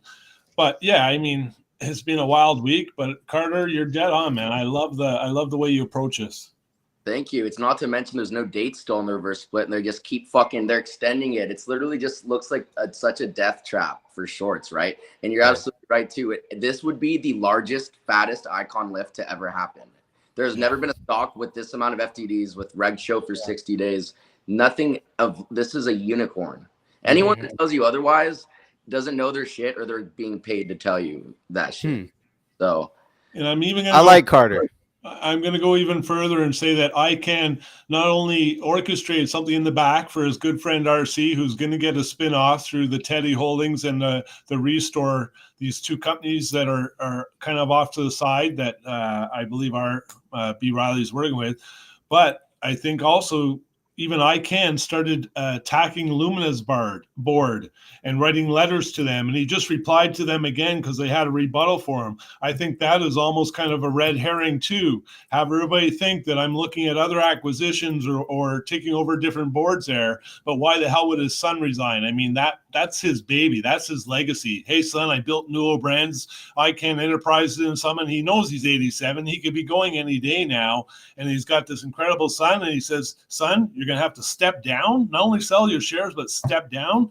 This thing has been done in the long run. Right. And it seems like that is not only, so first of all, IEP is generally involved, even if it's a Newell takeover, you could say IEP because Brett and Carl, right? But then if you think about it this way, Carl is busy doing his own thing there, you know, then it doesn't look like they're spending all their time to fuck over shorts on BBBY, right? And then it also seems like it's more Brett's play. That's why who took the picture of Carl and Ryan? Ryan and Ryan and Brett live 10 minutes from each other in Miami. Like, you know, like all of these little things, like, you know. And think about it too, Carter. ICANN and his whole philosophy is he goes into corporations that aren't being run right, that there's not enough shareholder value. I'll tell you something. If there was a company out there that was devalued and not showing its true price point, it was BBBY, especially when it holds a valuable asset like Baby. And so to me, it's like, wow, this has been one of the most shorted stocks out there. The whole industry is laden with this naked short selling. What an opportunity here, because all you have to do is orchestrate. Oh, we got Hudson in here, and everybody's like, oh, Hudson, they got a bad pass. Let's short it. This is a death spiral. Even Michael Burry comes out. And next thing you know, this thing's being short.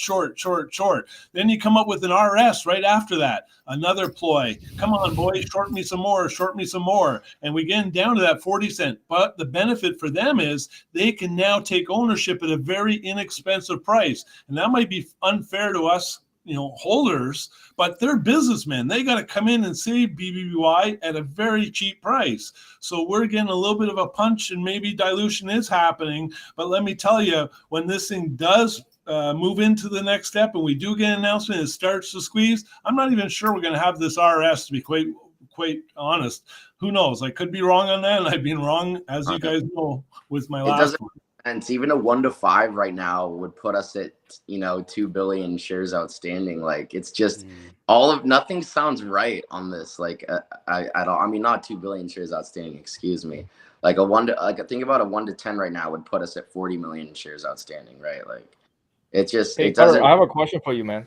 I'm seeing this pattern. I don't know, like, I don't know if you're into like some sort of like a pattern, you know, recognitions or, you know, those DA stuff, but interesting thing is, like, when you look at early Jan, you know, early Feb, you know, when there's always like a run up, there's a big volume in pre-market, right? Like you see today, we saw like 20%, it went up to 20% and then come all the way down. But like, what do you think about this thing? Like, in my opinion, like if they actually, you know, did the dilutions and, you know, try to, you know, finalize the transaction through this rally, in my opinion, they're just fucking around with the liquidity, you know. Do you think, and also another thing is, I don't know if it's going to be correlated, but as you know, BBBY earnings is coming up next week, right? We don't have the final date yet, but I believe that it's somewhere between, you know, 13 or 14, whatever, right? So, but you know, BBBY earning is always in the morning too. So, do you have any thoughts or opinions about the pre-market run? Yeah, I mean, to me, it seems like at this point, again, like I look at it from like an algorithmic standpoint.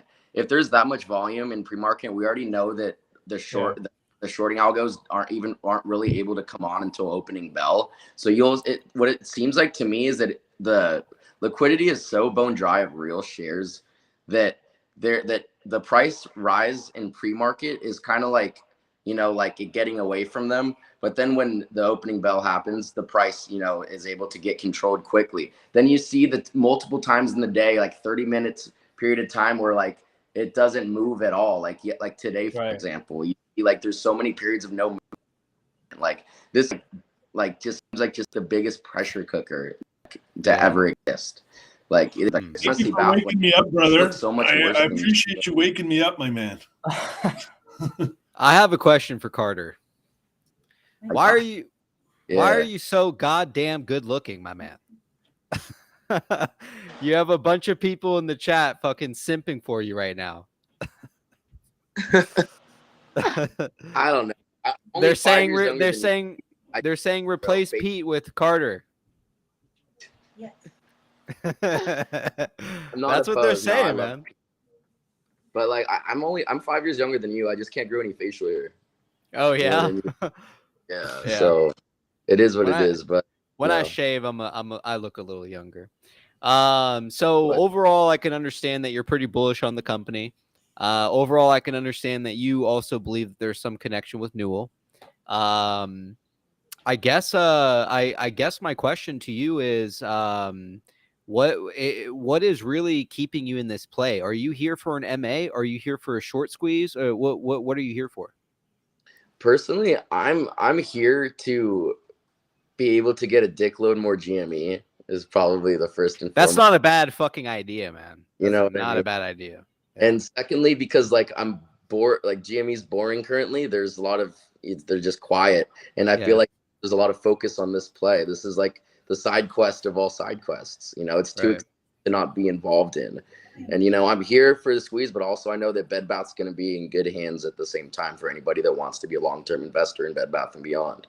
You know, like FUD is just, but we need to be immune to FUD at this point, because we confirm our biases on this stream like every night. Like, you know, like we'll start in the morning, wake up, holy shit, look at the price, or holy shit, look at this post. Like then like emotions get whirring, and by the end of the night, like we all like kind of like come, like I'll be just watching, not the show.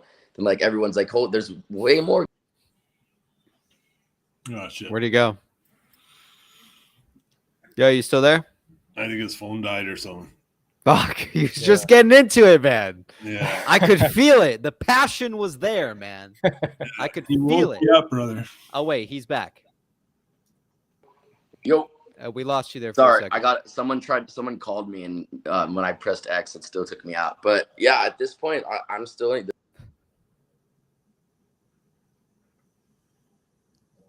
We're losing you there a little bit. You still there? No, they're probably calling back on him. Oh shit! Am I back? Yeah, you're there. You're frozen. Yeah, you're frozen though, but that's all right. Why is he sideways now? I mean, we know there's much more to the story than.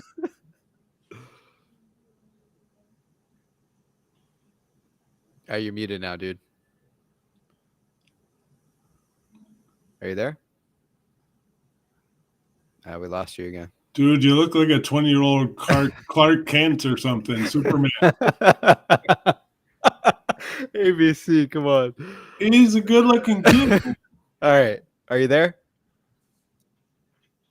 Carter, say something. Oh, we can't hear him. Go to your cog again, or your mute settings. Maybe you muted yourself. I can't hear you. Here, close the browser. I'll send you a link to your Reddit.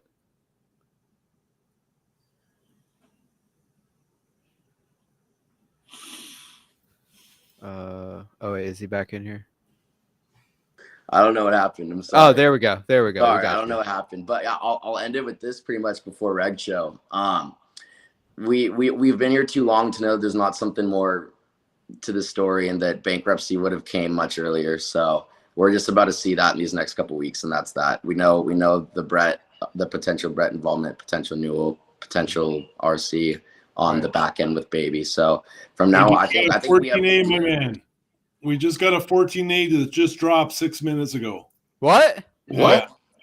A 14A just dropped 6 minutes ago. Oh shit. Oh shit. Carter, you're welcome to stay in, man. For sure. If you prefer to watch the show, that's cool too. No pressure. If you want to stay in, I'll stay in for cool. For it. Let's get it. Chat's digging you, man. Human Shop Rag with the $10 USD down 95% because I always go against market makers. I'm about to turn to the dark side. I love you guys, and you're correct on your DD, but don't forget the golden rule. He with the gold makes the rules. Also, Human, appreciate you signing up for a membership. I saw you became a member today. Appreciate it. Yo, someone pull it up. Let's fucking see it. Let's see the 14A, man. I need to see this shit. Isn't this came out like last Friday or something?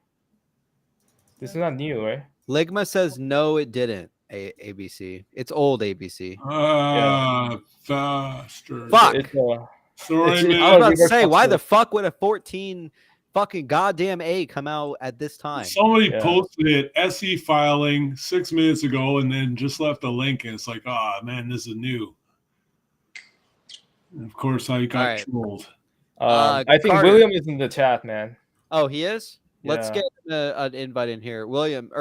Carter, you're welcome to stick around till Reg Show if you want. Sounds good. William, join the link while I grab some e-cig batteries. There's your link. I'll be right back.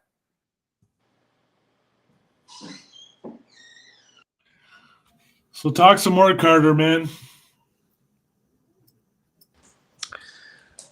I mean, I just can't believe they're allowing people to continue buying shares at these prices. It's absolutely ridiculous. Just to think how much people are increasing their positions right now. You know, you see it with the inflows too. Well, what was it? Like a 9-to-1 ratio today? Yeah, Fidelity was 90.25 to 9.75 sell, and like Revolut and Wealth Simple were like 89 to 11. That's crazy. So any dilution that's already happened or could happen, it's just so negligible compared to how many more synthetic positions they're opening, because they're not actually delivering real shares that they're selling right now. So they're just increasing their naked liability tenfold at this point. So any dilution FUD can like fuck off. And that's another reason why I guarantee the Ortex short interest went down, is because it finally is factoring in the new float. I don't think those shares entered the market ever, because we're on Reg Show, still have high cost. Right. I mean, why would they want regulators looking at them? They would just close it out. You know, I really don't get it either, you know? So, all right. Real quick, we're going to do Reg Show, but this dude Rooster just came in. Let's see what he has to say real quick. Rooster, what's going on? Not much, man. Cool. So, been watching your show for a while. I like it. Awesome. Yeah. Glad to hear it. So, I'm kind of like West Coast, so we're watching shit before pre-market out here, I guess. Yeah. I'm pretty new to stocks, you know. This is kind of my first big play. Awesome. And I'm holding, you know, baby all the way. Right. So, been doing a lot of DD, a lot of research. And I just think that, you know, the company's got a strong background. Minus some here's and there's. I mean, but as far as the brick and mortar goes, I think we need that more on the West Coast. So I'm in the play for, you know, I'm tired of being able to shop at Walmart only. Dude, fuck Walmart. I know, exactly, right? That is the only store left. They've ran out Macy's. They've ran out JCPenney's. They've ran out Sears. They ran out every store on this West Coast in Idaho. So, you know, I'm in this play for baby just for some hopes that we get some good retail back in Idaho. Why the fuck are you holding this company, man? Let's hear it. We're about to do Reg Show. You got 1 minute. Let's hear it in 1 minute. Why am I holding it? Oh, man, I'm bull strong because back in the February pump, there was an article written and a West Point CEO liked the article and it sounded really schmoozy, but the article kind of gave the facts. You want the white horse? Well, ride the white horse. So I'm riding it. Awesome, man. Glad to hear it, man. And glad to hear that you're a supporter of the show, man. Love that you tuned in, and love that you fucking jelly, man. I love that you fucking came in, man. These fucking people are like such trolls in the chat. I appreciate your opinion. I'm glad to hear this is your first big play, man. I wish you the fucking best, dude. We're about to move into reg show. Out of curiosity, are you all calls, or are you all shares, or what are we? And then nope, just buying shares. all right, you heard it from Rooster, man. Appreciate the love, man. Keep tuning in. We're gonna move to reg show now. All right, brother. Bye. All right, let's pull up reg show. This goddamn chat, man. I swear to God. Down. I know. All right. Because I have that playing up Fucking on guys, my TV above. I'm just on my phone seeing it. All right, turn up the volume. Let's see if we're on fucking goddamn reg show. Let's see if this goddamn SI is true. I say fuck bankruptcy. That's what PP says. Bankruptcy can go to hell for all I care. All right. So sit tight. Let's see. One thing's for sure. Reg show at least is a good indicator that they're continue to short. I would love to see the fucking short report from whatever's been going on the last couple days, man. If it's not dilution, I want to see what it is. Reg show is fake, dude. All right, let's go ahead and... All right, let's see it in the chat, man. Let's fucking see it. Got the reg show, baby. Ready. Get your goddamn fucking shots. Get your fucking goddamn fatties rolled up. All right? Pack your fucking goddamn bulls. Let's have a good-ass fucking night. And ABC is going to read us the next Teddy book tonight, too. We have some more Teddy DD. Can't wait.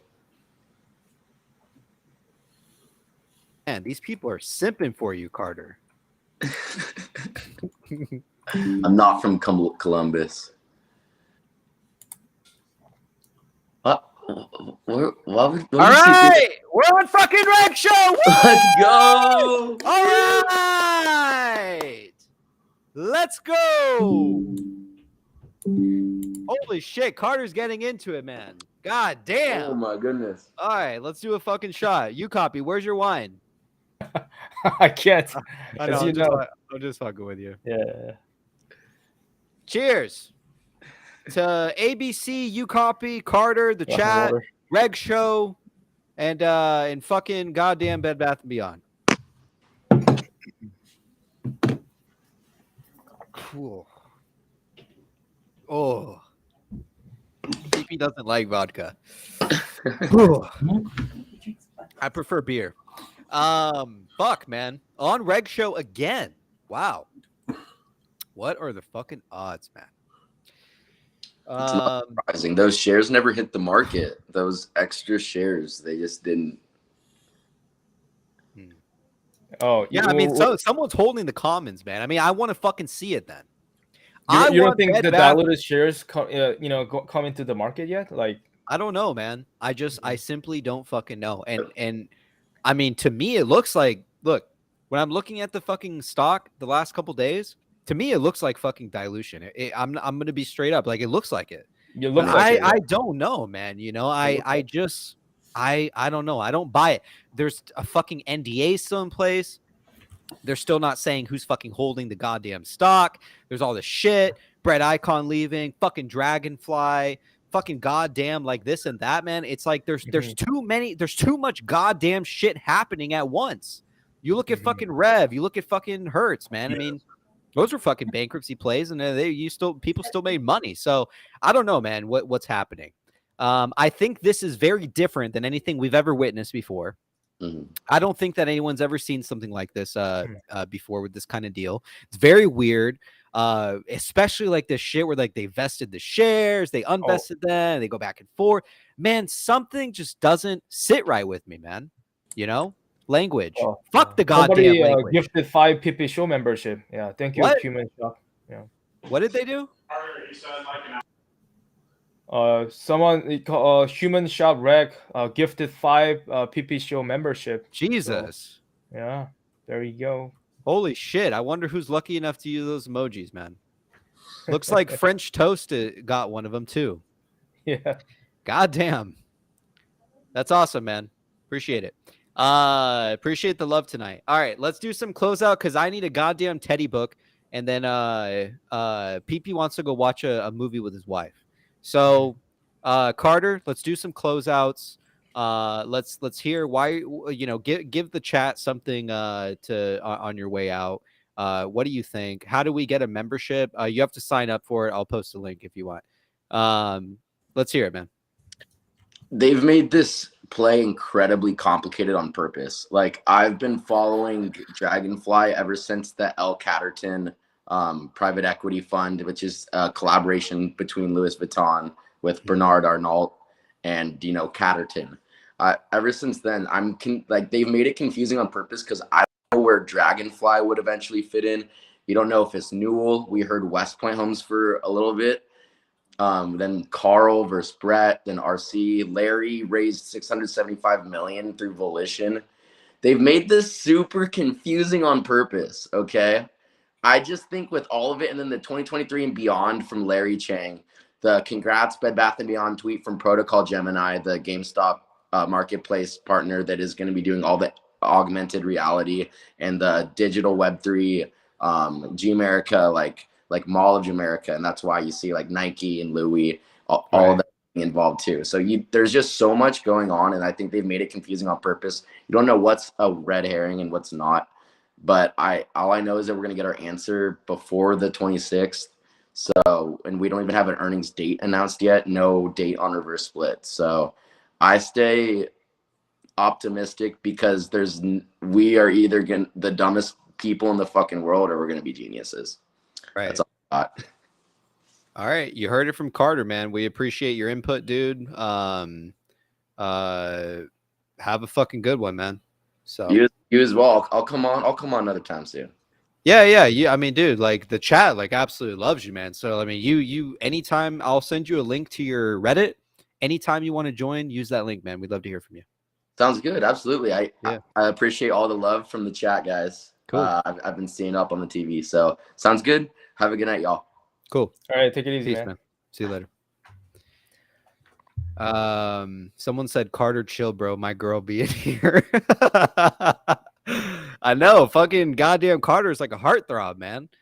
You copy. Let's hear it, man. Why are you still holding this company? Why are you still bullish today? And what do you want to leave with off in the chat? Yeah, man. I mean, I've been in this squeeze play for 2 years. I know how this thing, plays out. I've been in AMC before. I gain 500% from AMC too. So I know how this this thing works. And to me, that like Carter said, I do believe that within that 2 weeks period, like I'm looking at even like we got a lot of options in April 21st. And I'm looking at I mean this week is not gonna be like a lot of like fun, but I'm seeing like starting next week is gonna be a lot of fun because I mean that's just my opinion, guys. But everything, all the data, all the things, the DDs and all the things I'm looking at, it's just slowly come to the finalization where this is their all they can this is all they can do, right? Like this is all they can do. The previous CEO kind of like file against the lawsuit, BBBY, because of his like fucking he didn't get the pay, the severance pay. It's all fucking bullshit to me. I mean everything that's going on in this company is just like, hey, there's something going on. But I mean it will be really interesting if they actually announce something, and and also having a board member, what's his name, Brad Icahn. I'm looking forward to him joining in BBBY. If that happened, that would be really cool. But yeah, man, yeah, I'm still bullish, man. Fucking like, I'm still bullish. Cool. Yeah, man, I don't want to do a hype date, but I think next week and next 2 weeks is gonna be very, very interesting until 21st. So I'm gonna continue to hold. Yeah, cool. I want to say that I thank you, Copy Man. He's an awesome dude. For those of you guys don't know, you Copy took the time to make the emojis for the PP show free of charge.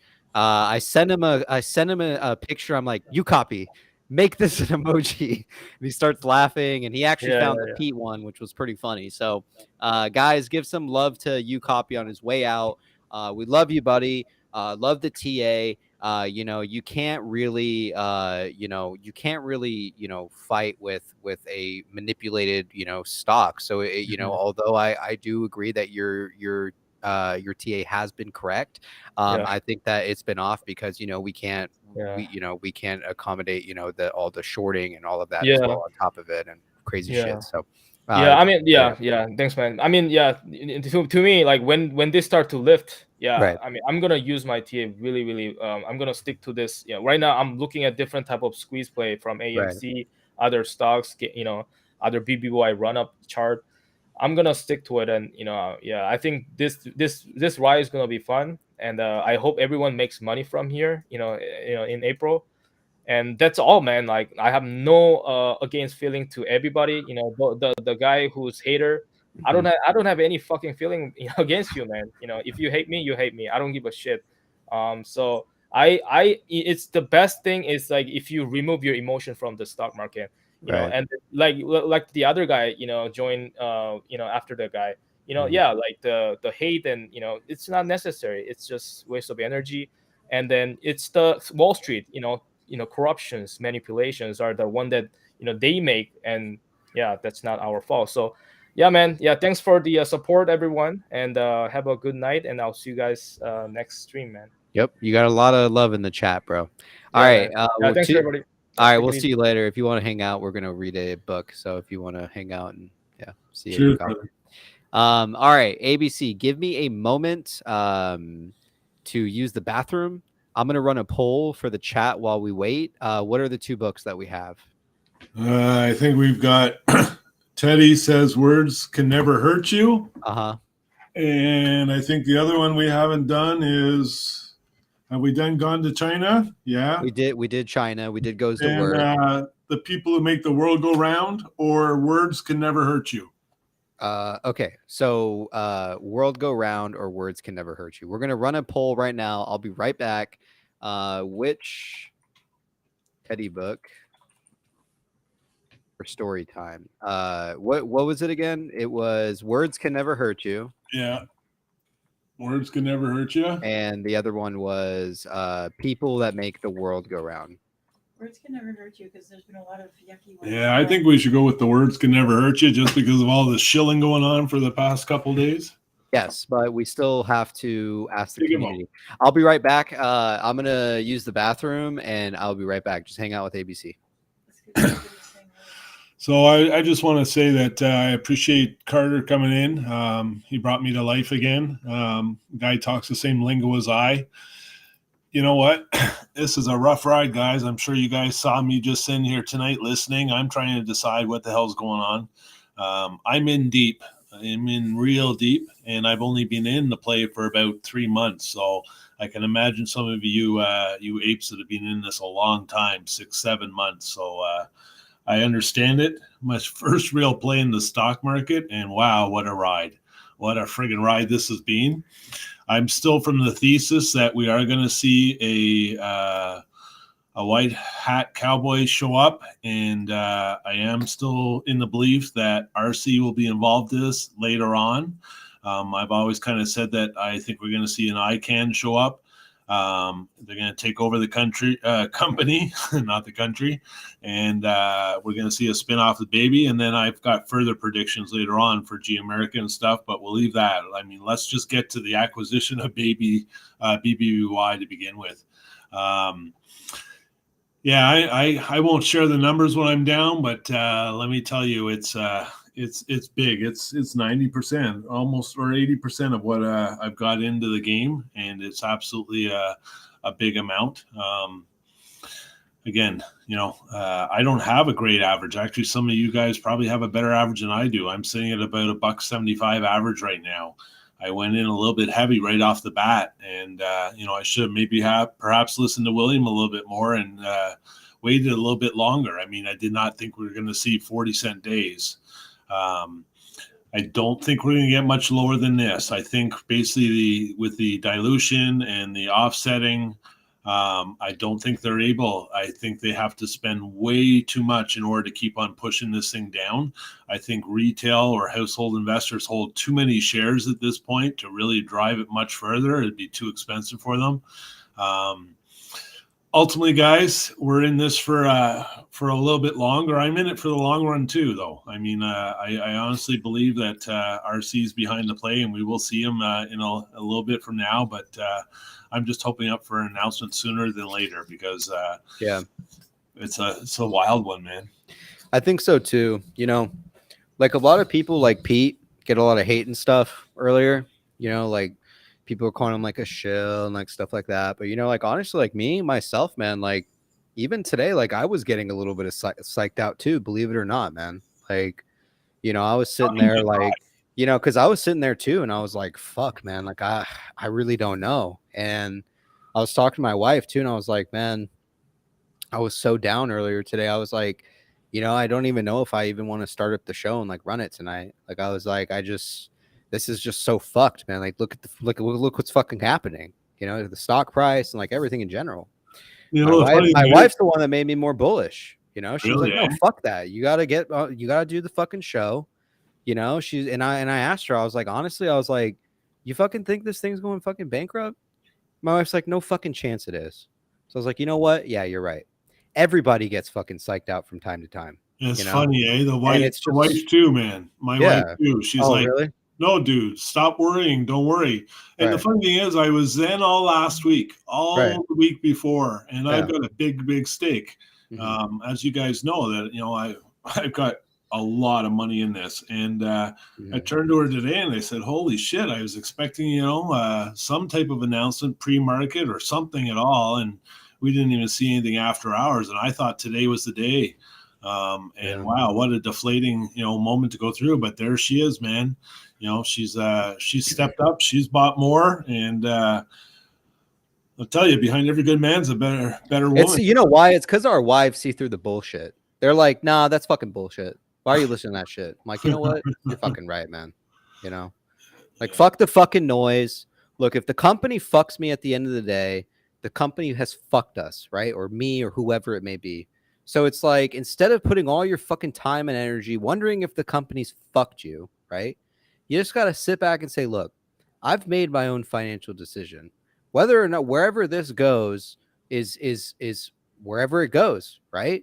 So it's like, you just got to think of it like that. It's like, you can't take money so seriously. Money will be made, money will be lost all your fucking life, man. So, I mean, you know what?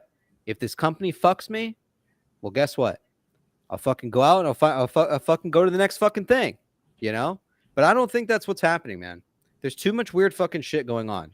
And look, even theoretically, let's say even if it did fucking go to bankruptcy, which I don't think it will, there's still a chance for a bankruptcy squeeze. So it's like either way, like people will have an exit. So like, it's like, yeah, the stock price is fucked up where it's at.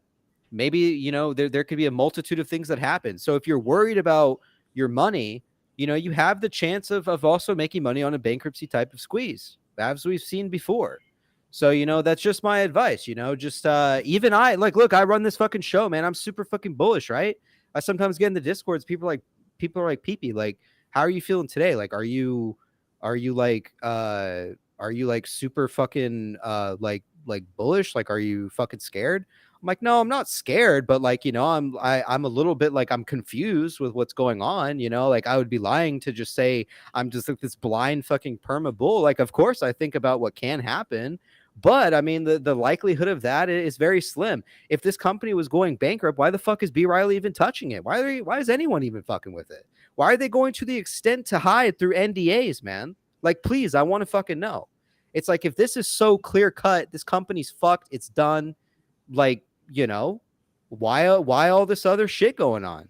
Why all these connections? Brett, fucking Dragonfly, 10Q getting delayed and then filed during market hours. Then we have Larry Chang coming out. Hey guys, raised 600 million. Haven't seen you since September. Like, there's so many fucking things happening all at once. We're all over analyzing the fucking the filings and all of that and trying to figure out. But it's like, in reality, man, it's like what people say is like, you just have to be fucking zen, you know? Stop listening. Stop overthinking things. If you want to sell your investment based off your own decision, it doesn't fucking affect my investment. If I fucking sold, it doesn't affect your investment. So what does it matter at the end of the day if someone's opinion or this and that? It's noise, man.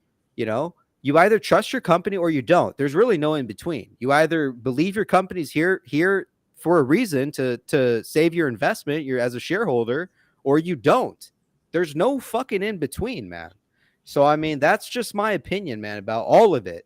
Just in general, you should fucking trade on your own fucking opinion, man. You know, if you fucking think it's going bankrupt fucking next week or by the 26th, I don't know why you're even fucking still holding. If you're fucking here for long-term, short squeeze, day trade, whatever the fuck, I don't give a fuck.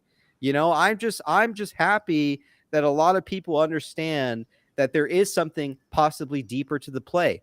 That's primarily for the show, you know, just to highlight those things, bring people in, let people give their opinions, you know, like it's just this show was created to, like, yes, like for entertainment, obviously. So, you know, but it's like also like to bring in guests, like, you know, nobody at the time in the subreddit was doing anything in terms of the stock. Everything was super meme based and very like informational based. And I was like, man, like this kind of feels like GME, like early heydays. You know what I mean? So it's like, you know, I started the show and I wanted to bring in guests and I wanted to bring in people who shared their own opinion. And I think that is good. You know, this show has never been one-sided. You know, I would like to bring on more bearish theses if I could, so they could be debated more. But, you know, you guys already know who the number one bear is on the stock. And it's like, he's not too kind to me. So it's like, I'm not going to bring him in here, you know? So it's like a respect thing. So anyways, enough of the fucking bullshit. If you love the stock, you fucking love the stock. I personally love the stock. I love my board members, man. I love my CEO. And you know what? I like RC. I don't think he fucked me at the end of the day. And I want to see what happens. So without ranting too much, let's get in some Teddy. Let me see who voted what. Let me call out these tips real quick. We got a 419 from Copper. Thank you for this entertainment, PP. Anytime, my man. Human says preach with the $2. Appreciate it, dude. All right, let's see what everybody voted on. Let's see what's going on. Words can never hurt you. All right, I'm down. Let's do it. This dude said cope, bro. Cope with a bottle of fucking vodka. I just want to turn on a light here. All right, I'm ready for story time. You know, when I was 3 or 4 and I used to like shit my pants, you know, ABC would read me stories and stuff and always shit my pants during them, you know. We'd have to pause and come back. All right, ABC, let's hear it. I remember that, PP. Yeah, you remember when I was like 3 and I like shit my pants? I'm proud of you. You've grown up well, my man. Yeah. I know. In loving memory of my dad, Ted. Mm. We can see your face. Yeah, I'm hiding my face on purpose. Kingston was sad. He loved playing with Grandpa Teddy at the lake, but a kid at school had said mean things to him. Today, nothing made him feel better. Princeton was sad too. He was made fun of at school, and he didn't even understand why. Shit talkers, like the guy who was shit talking you copy earlier today. Yeah. You know what? 8 billion people, 8 billion personalities, 8 billion perceptions, and 8 billion friggin' opinions. Right. It doesn't matter. The only thing that matters is your own. What is it, cowboys? Asked Teddy. He always knew when they were sad. I can tell you're sad. I can see it on your faces. Tell me, what's wrong? Oh, he's sad.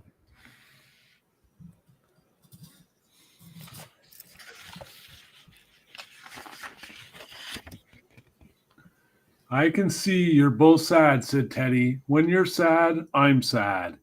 It was true. Teddy looked very sad.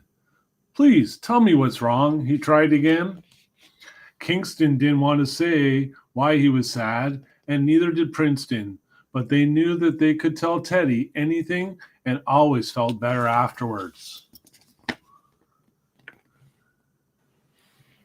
They're just words after all.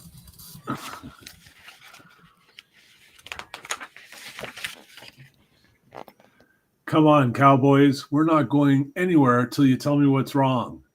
They knew that was true. Sometimes, said Kingston, kids aren't very nice. He felt a little better just saying it. Grown-ups too, cowboy. Grown-ups too. One kid said I walk like a duck, said Kingston. Even really little kids can say mean things, said Princeton.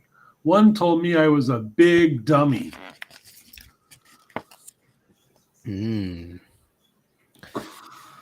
Called him a dummy. Yeah.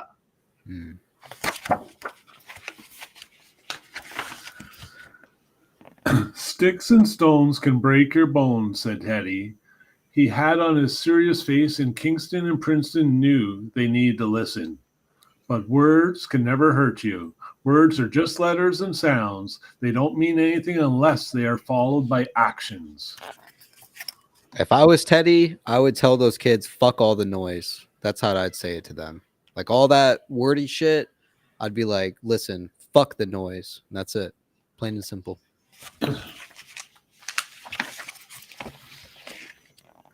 Kingston sort of understood. Kids said all kinds of things. Princeton squeezed Teddy Bear. Oh, there's that word squeeze, Pee-Pee. Teddy Bear was always nice. He never said mean things. Those kids can say anything they like, said Teddy. Bully for them, but only you can choose how you feel inside. No matter what they say, said Kingston. Princeton liked that he could choose how he felt. I can feel like eating ice cream. Kingston and Princeton both liked ice cream. Yeah, there's always a lot of talk of ice cream throughout these books. Yeah. What was the squeeze mentioned? Oh, just up top here, it's kind of when he squeezed Teddy. I'm just giving you a little prediction for the future, man. I thought they were talking about short squeezes. Yes, Zach D, we are gambling and reading children's books on the ThePPShow. Teddy can squeeze me anytime. What other people say doesn't matter, cowboy, said Teddy. You can change them. You can only control how you feel about it. Look at the doggy, said Teddy. What people do matters, cowboys? What? Like feed the doggy? Asked Princeton. That's right, said Teddy.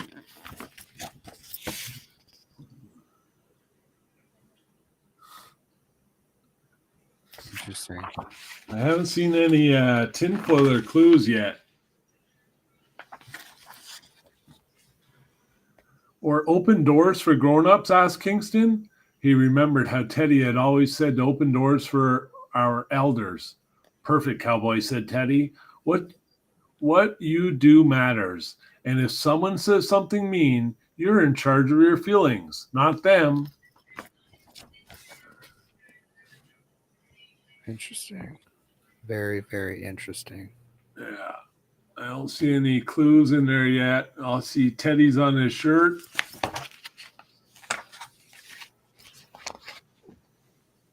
Even if they call me a big dummy, asked Princeton, you know how smart you are.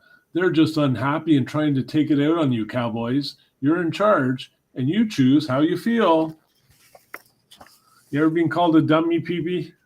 Yeah, all my life. All my fucking life, man. Now that I think about it. What if they called me other mean names? Asked Kingston. Did they call him a cocksucker? Yeah, I don't think it says that in there, but yeah. Bully for them, Kingston, said Teddy. Why do you care what they say? You know what a good kid you are. With a big remember? Remember the last time you were happy to see me, Pee-Pee? Yeah. Sticks and stones can break your bones, said Kingston, but words can never hurt you, said Princeton. Let's eat some ice cream, wagged Tylee. Look at that. The dog's getting into it now. Oh, and the Teddy there. Teddy and Chewy. Don't let what people say bother you, because we're in charge of our feelings, asked Kingston, and he felt better. It was true. And bully for them, asked Princeton, who'd forgotten all about being sad. Look at the boys are happy now. Good.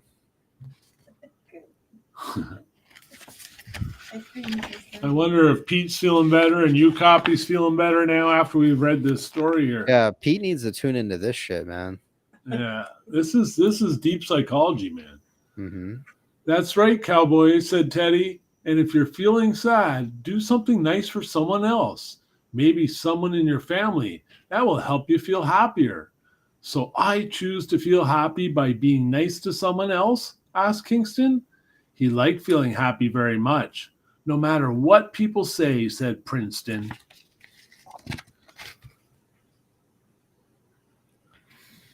Damn.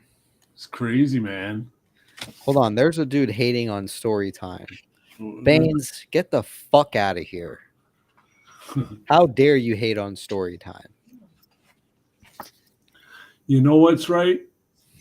You know, you're the best boys. Look at that. Damn, that goes hard, man. That's a smile, man. Mm-hmm. And then, are you happy? Asked Teddy. Yes, said Kingston. Yes, said Princeton. Yippee, barked Tylee. Now, said Teddy, let's go get some ice cream and watch this stock squeeze. No shit. Yeah. It just said, let's go get some ice cream. Awesome. What a good man to his grandkids, man, to his youngins, you know, only the young, you know. It's very interesting stuff, man. Yeah. The stock and just everything in general, man, you know. It's so fucking confusing to me. God Listen, they didn't build Rome in a day, and this merger acquisition, this entire play is a live chess match. One side's going to lose billions versus the other side could lose, go bankruptcy. So this thing is playing out in front of us. We're like, many have said, it's an amazing time to be alive. It's a really tough pill to swallow when you look at your brokerage account. Let me just say that if you're in this for the long run, put that brokerage account down. Don't look at the numbers and just believe in the company. If you are scared and you need to ensure that your financial position's a little bit stronger and you need to sell, please do. There's no right or wrong in this. There's no financial advice. Do what you need to do individually in order to survive another day. Again, to each your own. It's a high risk, high reward play. I'm riding this out. I certainly won't be paper handings. Even if she squeezes a little bit, I won't be paper handings. I believe that there's something massive in the works in the background, but that's my play. That's my investment. That's my theory. That's my speculation. Teach your own. Play it smart, though. You heard it from fucking ABC, man. We appreciate you, everything you do. For people who tune in, man, I especially appreciate everything you do. And yeah, man, good luck. And I guess we'll be hearing from you on Wednesday. Yeah, I'll be there, brother. And let's hope we get some juicy stuff over the next couple of days. All right, man. See you later. Cheers, everyone. Have a good night, eh? All right. See ya. I'm going to put you backstage. Just yeah. Don't hit that end stream button. All right. See you, man. Okay. Well, there you have it. The PP Show. Man, what a very entertaining and interesting show, man. I'm going to read off a couple of these people who are new members. Looks like someone gifted a bunch of memberships. I think it was Human Shop Rag who gifted those. Correct me if I'm wrong. I could also be wrong. So it looks like OK Hat is now a member. French Toast, Christine, Rooster, Human Shop Rag, and Dan B. Welcome, welcome, welcome. Thank you for the support, man. Most appreciative. You know, it keeps the fucking stream running 1080p. I love it, man. Thank you for supporting the show. I appreciate everyone who's tuned in. If you guys have not subscribed, be sure to do so. We do stream Monday, Wednesday, and Thursday. So you know we will be streaming then. We will cut some highlights for you guys. Try to cut a little bit of segments out.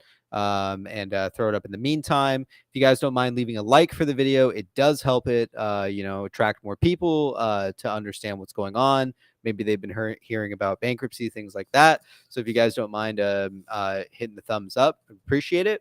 Other than that, man, thank you guys for tuning in. We will see you guys on Wednesday. Thank you to all my guests. Let me actually read off one more thing here. Appreciate the tips tonight, man. Let's see. We got. Oh shit, we have quite a bit here. Holy cow. Gregeth with the $2, man. Human Shop with the 2. Andrew with the 1. Gregeth again with the 20. Gregeth again with the 2. Holy shit, man. Yijin with the 5. Yijin with the 5. Yijin with the 5. Yijin with the 5. Holy shit, man. Human Shop with the 10. Goddamn. Copper with the 4, and Human again with the 2. Yo, appreciate the support, y'all. Really, really do appreciate it. We will clip some of those scenes for you guys. Maybe we'll make a little special Teddy compilation or something. But other than that, man, good luck to everybody. Good luck in your plays. Good luck in the market. And we will fucking see you guys on Wednesday. Have a great night. Thank you for tuning in. We'll see you guys later. Peace.